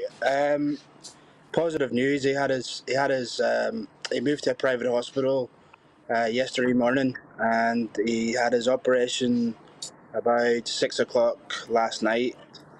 And about midnight, we got confirmation that so far it's been successful. We're waiting to see him for the first time. He's currently in ICU, so we'll know more later today. But yeah, it's the GoFundMe page has helped my family get this operation. So thank you. Ricky, what actually happened? What actually happened? He was playing with his daughter and his son in the pool, and he dived in and he hit the bottom of the pool and broke his neck and back.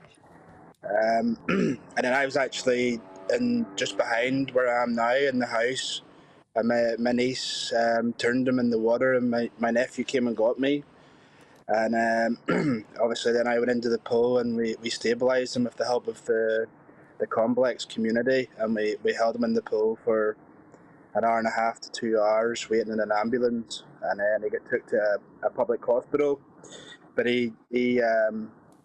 when they told us it was going to take about 3 weeks for the operation, which obviously was too long. So I contacted my insurance company to say, look, they've advised us to go private. Please, can you authorise? And then they reviewed the policy and came back the same day to tell that they were voiding my brother's insurance, which covered him for accidental Ian, injuries. can we bring you in here now? Because obviously they reached out to you at this desperate time, this time in need. What are you helping the family to do? Well, good morning, and thank you for taking this story, because it is very important and probably a salient lesson to anyone who has taken out insurance and it doesn't perform for them. And that's exactly the situation the family have found themselves in. Now, thankfully, with the generosity of thousands of people across North Antrim and Ballymena in particular, the money has been raised that has allowed the family to make sure that the operation is carried out now, and hopefully Chrissy will stabilise and they'll be able then to fly him home, repatriate him back to Northern Ireland's hospital, where he will be looked after exceptionally well and rehabilitated. But this has been a very traumatic set of events. Whenever the insurance company said that they couldn't perform, Ricky reached out to me, as did Danielle, Chrissy's partner, and I made contact with both the insurance company and with the FCO. And can I just say this, that the Foreign and Commonwealth Office have been exceptional. They immediately knew who to contact, how to get things moving.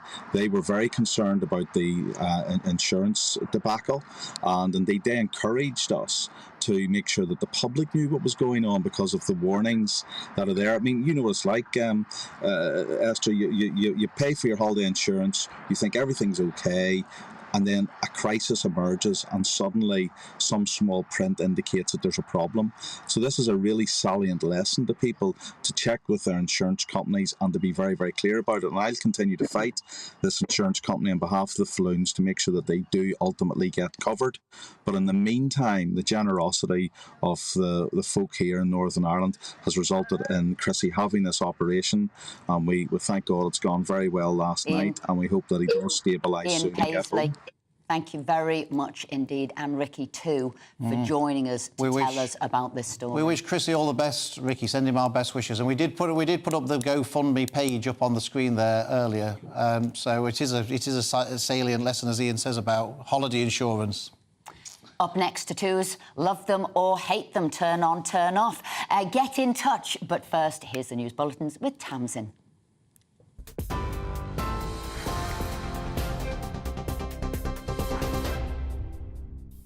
Esther, thank you. Here are the headlines at 11:33. The families of babies murdered or harmed by Lucy Letby say their search for answers continues as investigations into her case widen. Police are looking into the care of 4,000 babies who passed through the neonatal wards at the 2 hospitals where she worked. The Countess of Chester Hospital is under scrutiny over whether more could have been done to stop Letby sooner. Yesterday, she was convicted of the murder of 7 babies and the attempted murder of 6 others. She'll be sentenced on Monday. Age UK says more than 700,000 households missed out on financial help for their energy bills. A support scheme was set up for people with non-direct supply arrangements, such as those living in care homes, mobile homes or on boats. The charity claims the fund completely flopped due to a complicated application process and a lack of publicity. A protest over the closure of railway ticket offices will be staged outside Downing Street later this month. The RMT union says it'll stage a mass rally on the 31st of August, which is the last day of the consultation process. It warns the move to close up to 1,000 offices will put more than 2,000 jobs at risk. The planned action comes as cross-country train workers stage the first of 4 strikes over working conditions. The manager of the Lionesses says her team is buoyed by the level of support ahead of tomorrow's World Cup final. England take on Spain, playing to win the trophy for the first time. Manager Serena Wiegman says the team has everything it needs to perform at the highest level. Lauren James, who served a 2-match suspension following her red card against Nigeria, could start tomorrow. Well, you can get more on all of those stories by visiting our website, gbnews.com. Now, though, it's back to Esther and Phil.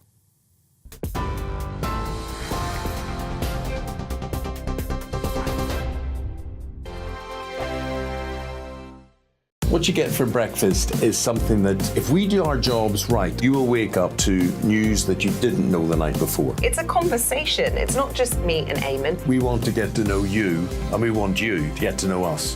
From 6, it's Breakfast with Eamon and Isabel. Monday to Thursdays on GB News, Britain's news channel. Westminster is going around in ever-decreasing circles, followed by the media. Britain is broken. How on earth did we get into this mess? But more importantly, how do we get out of it? Join me at 7 p.m, Monday to Thursdays on Farage, here on GB News. We will have open, rational debate. We've got to work out how Britain moves forward from this. Join us here on GB News, the People's Channel. Britain is watching. When the news happens, it happens here. And really important breaking news. Breaking news this morning. On TV, radio and online, the news starts here on Britain's Newsroom. All the biggest stories and the answers that you need from across the UK and beyond. Join Britain's Newsroom from 9:30 on GB News. The People's Channel, Britain's news channel. Join me, Patrick Christie's Monday to Friday, 3 till 6. We tackle the day's news agenda like you've never seen before. It's high tempo, high octane, the most controversial topics and the best guests. You will not be able to take your eyes and ears off it. I'm not afraid to ask the questions that you really want answered. 3 till 6 p.m, Monday to Friday on GB News, the People's Channel, Britain's news channel.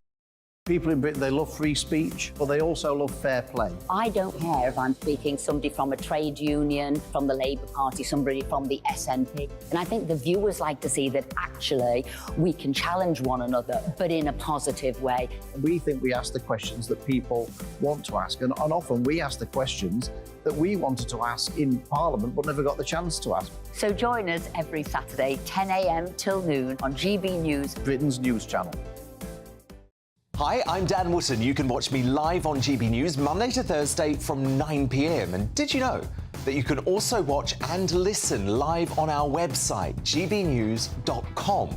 You'll always be up to date on the latest breaking news, as well as enjoying the best stories, opinions and shows. You can even join the debate under our live player as you're watching. So head straight to gbnews.com on TV, radio and online. GB News, Britain's news channel. It's all about family, being in people's living rooms, all the interaction and getting to know who our viewers and listeners are. When I was young, my dad used to say, no, stop arguing. I wanted an outlet that would enable me to give my opinion. People are going through a really hard time right now, and I know that you don't feel like you're being listened to by the establishment. I came to GB News because it's the people's channel, and I want the audience to have their say on the events of the day. We're dynamic. We do something different. Democracy shows that the wisdom of the nation is in its people. I get to travel to find out what the story is from a personal perspective. The British people aren't fools. We know when we're not being told the full story. We've got to work out how Britain moves forward from this. It's the best country in the world. The establishment had their chance. Now we're here to represent your views. Britain's watching. Britain's watching. Britain's watching. We're proud to be GB News, The People's Channel. Britain's news channel.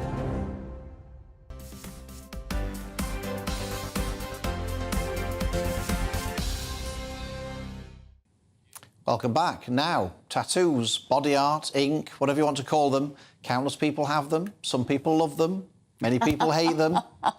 Humans have been getting themselves ink for thousands of years for all sorts of reasons, from tribal allegiances to identification to pure aesthetic preference. Many professions don't even allow tattoos, or at least visible ones. Despite tattooing becoming more and more acceptable in mainstream society, there is undoubtedly a remaining stigma around them, with some going as far as to say they're a sign of a declining society. So are tattoos just an innocent form of expression, or do they represent something more sinister? Do you love them? Do you hate them? Do they turn you on? Do they turn you off? Let's talk to a man who knows all about it, the most tattooed man in Britain, the king of Inkland. So, lovely to have you here. Now, look, it's pretty startling, and when I first saw you, I did think, gosh, that's a lot of tattoos, whereas I might have liked a sort of maybe a tiger coming over the shoulder, a single one. You are absolutely head to toe. Yeah, head to toe, and absolutely it's on my face, so it's in everybody else's, so it's quite an impact, like what you just said. So my reaction, other people's reaction, what is it when they see you for the first time? It varies from small children that could be in a supermarket when I'm doing my grocery shopping to a scary man, but they haven't run off. So obviously children's minds are still developing, so they might come out with scary man, or you might have a teenager that'll be like, I like your tattoos, and then various with old people. Can you work, though, with your face fully tattooed? Have you got a job? I've got hands, arms, I could stack shelves in Tesco if I wanted to. The bank manager job might be out the window, but could I run for an election? Why not knock on doors? You know, I've actually helped some MPs knock doors on campaigns in the past.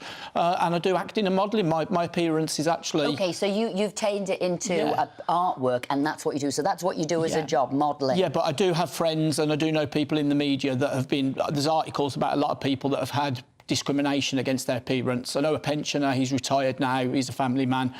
He's actually got OCD. So if we talk about the Equality Act, for example, when some jobs might have a problem against it.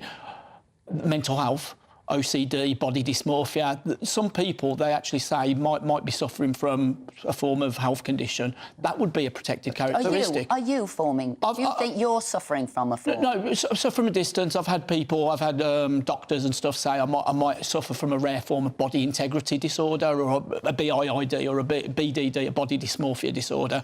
But I'm happy in myself. I'm not going down a massive cosmetic surgery, although I am excessive, I'm the excessive end of tattooing. You say that. I'm looking in now on your hands. So you have done surgery, you've got implants in your hands and an implant in your chest. Yeah, and your doctor was struck off. Like tattoos, I have things that mean to me. So I've got a crown in my hand, an implant, silicone implant, just like women that might have breast implants or other people might have cosmetic surgery. I've got things that mean stuff to me. And yet again, back in culture, history, people were still putting things in their skin, under their bodies. And I've travelled the world. I've got family in Australia. I've seen Maoris. Yet again, that's a lifestyle, a way of culture. I'm not a Maori, but it's a way of life. Why? I guess is my question. I mean, Are why? you transfixed there, Phil? Well, just looking why at do you, why do you think they're so attractive? Tattoos, and you know, it doesn't do anything for me. Why? Well, tread a fine line with the word addiction, because there are a few people that say they're addicted to tattoos. Like, I mean, David Beckham's got several, you know, a lot of celebrities now. I think David Cameron's wife, Samantha Cameron's got a little dolphin. Dolphin, you're quite right on her ankle. But like whether you stop not at like that, though. whether you stop at one, ankle. or in fact, most people get the first one, and it's the one that they regret half the time. But then the addictive bug might get hold of people, and they're working on their second and third one. What was your first one? I had a British Bulldog on my left arm. So not that I planned then the journey to be completely covered. It just becomes something. And I have got ADHD. I put that out there. So my mum always thought that my first one would probably be several, because I always collected stuff. I could never have one of anything. And our fantastic producer Maria she's obsessed with tattoos as well, isn't she? Obsessed and addiction are two very fine words. I think she's both, to be honest. But it's a lifestyle. It's you know, it's a liberating. You have it because you want it. You're not forced. Well, look, I'm from Yorkshire, so this is a key question. How much on earth has it all cost to get yourself fully covered in tattoos? Because that would put me off alone, I think. I think you should sit down with my bank manager and have a chat about that, because obviously savings and interest rates have just gone up, but I think I've took a few pound out of my bank over the years. Roughly, how much do you think? I've read articles that said I've spent £6,000 on tattoo removal.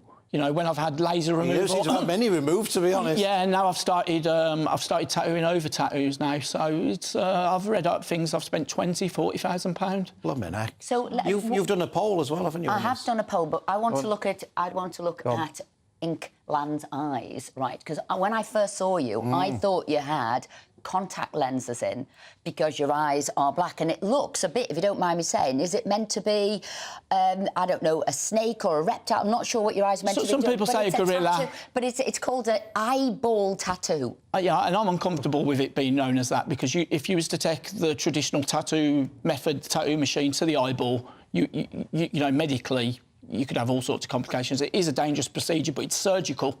So, yeah, I have got ink in my eyes, and I researched it for a number of years. You can't go to an optician, you can't go to a tattoo artist to have it done either. And how's it done? It's done with a syringe, so it is a surgical procedure with ink, and less is more, the less jabs that you have in the eye. The more, my goodness. But I went to my optician, had my eyes tested here. In fact, I've got an eye test coming up in the next couple of weeks. Oh, my goodness. We did a poll on this.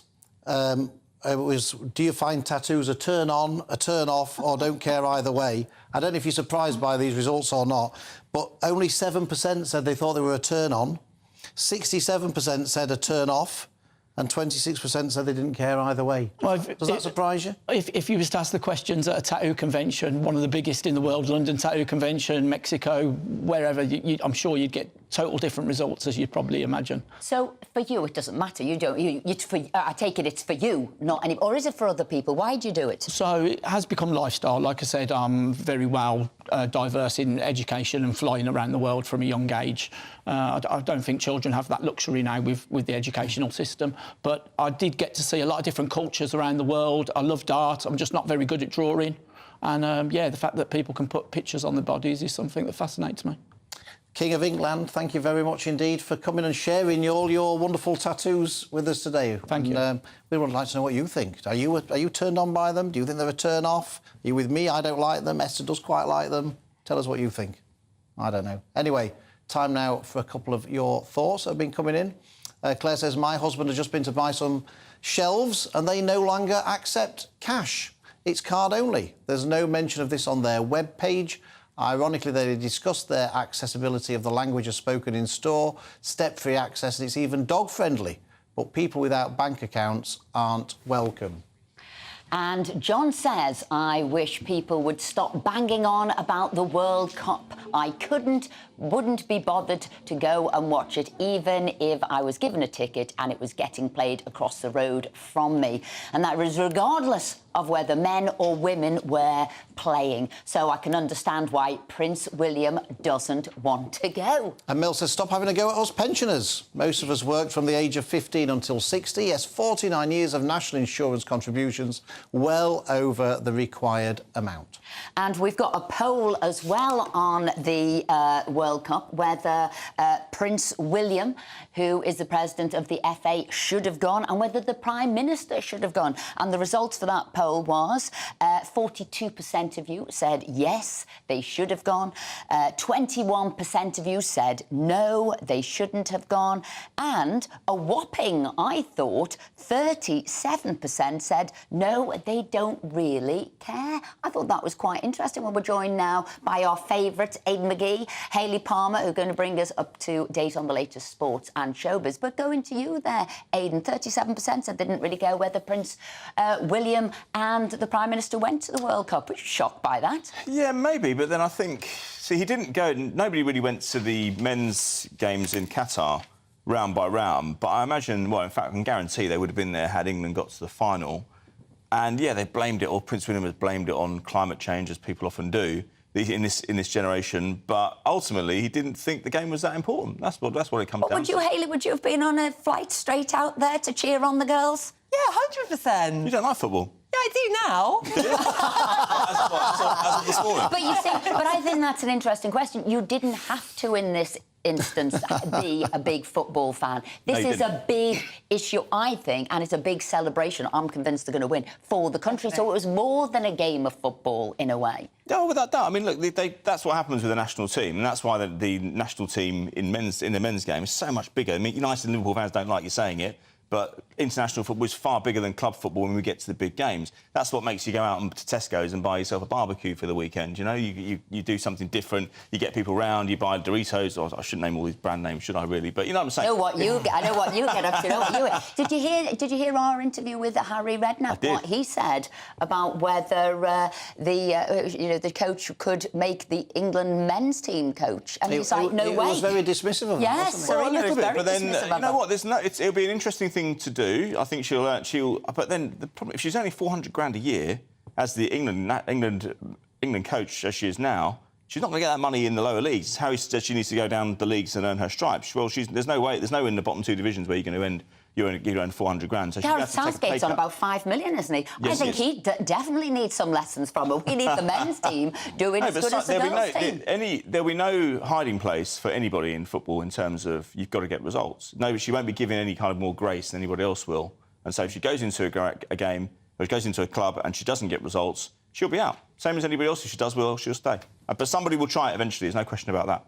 What's happening in the world of showbiz, Hayley? Well, I want to talk about celebs go dating. Oh. It starts tomorrow night, E4, 9 o'clock. I'm living for this. And I am excited to see Vanessa Feltz on there because I think she really deserves love. Had a hard time, hasn't she? She has done. So you'll see her on the show. Apparently, she goes on 13 dates. And what's happening on the show is that the actual agent set you up on a date.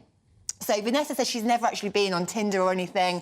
So this is a good thing. They should be able to matchmake you with your perfect man. But I don't know how it goes, but I have got inside scoop that tomorrow night you'll see her go on a coffee date, and apparently he's very polite, but there's just no chemistry. But she says as you get older, people just think you want companionship, but actually she's like, no.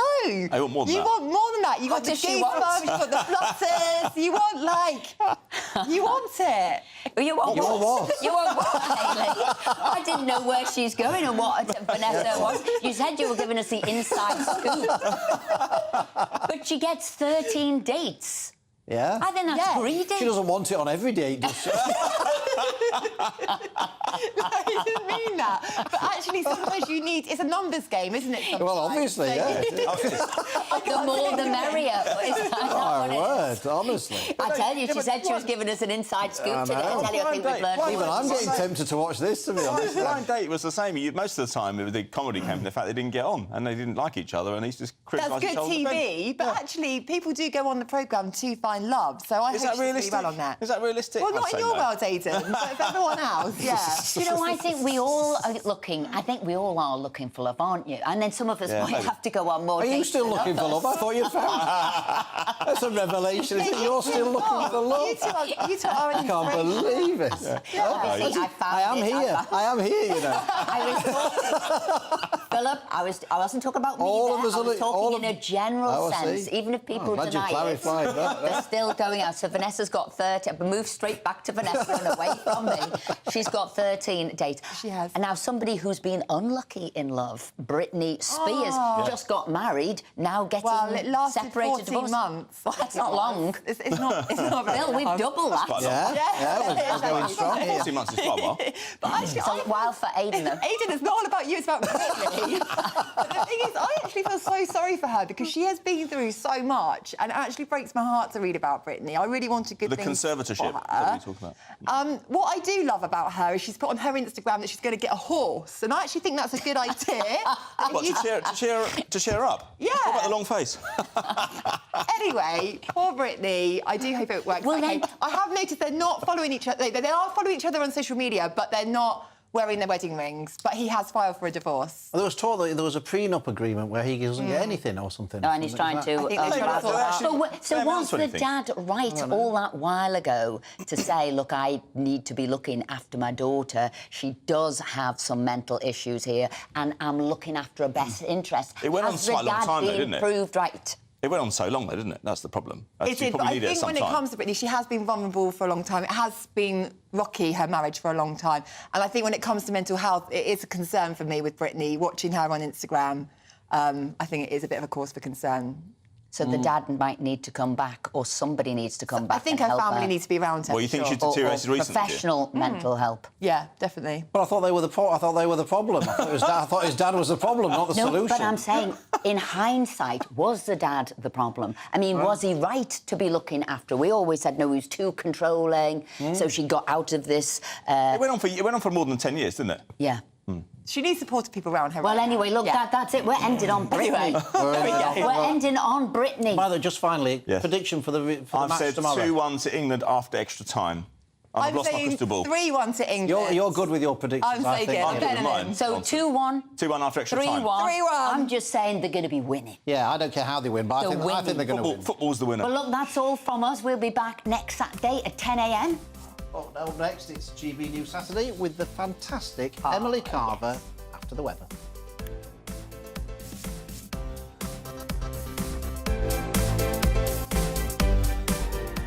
Looks like things are heating up. Boxed Boilers, proud sponsors of weather on GB News. Hello there, I'm Greg Dewhurst and welcome to your latest GB News weather forecast. It's a slow improving picture over the weekend. Yes, it will still be rather breezy across the northwest and some scattered showers.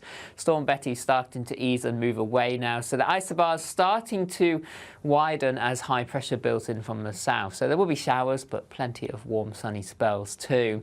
For Saturday afternoon, we've got a scattering of showers across England and Wales. Best of the sunshine towards the southeast, where winds will be lightest. Winds still gusty towards the northwest, but easing as the day goes on. Still showery outbreaks of rain pushing northwards across Scotland. Heavy showers for Northern Ireland. Temperatures generally reaching the low 20s, but towards 25 or 26 across southeast England. So in that sunshine, it will be quite a warm afternoon. Into the evening time, still a few showers around. The low pressure system just starting edging away a little further, so there will be a few showers and the winds easing here. Clearer skies towards the east of the UK, and temperatures still fairly warm night to come, holding up in double figures, 14 to 16 Celsius across many areas. So a brighter start on Sunday, less windy than it has been compared to this morning, and during the day, it'll be a fairly calm day across England and Wales. Some scattered showers bubbling up through into the afternoon. Still breezy across parts of Northern Ireland, northwest Scotland, and here temperatures overall reaching the low 20s, highs of 25 Celsius towards the southeast. Looks like things are heating up.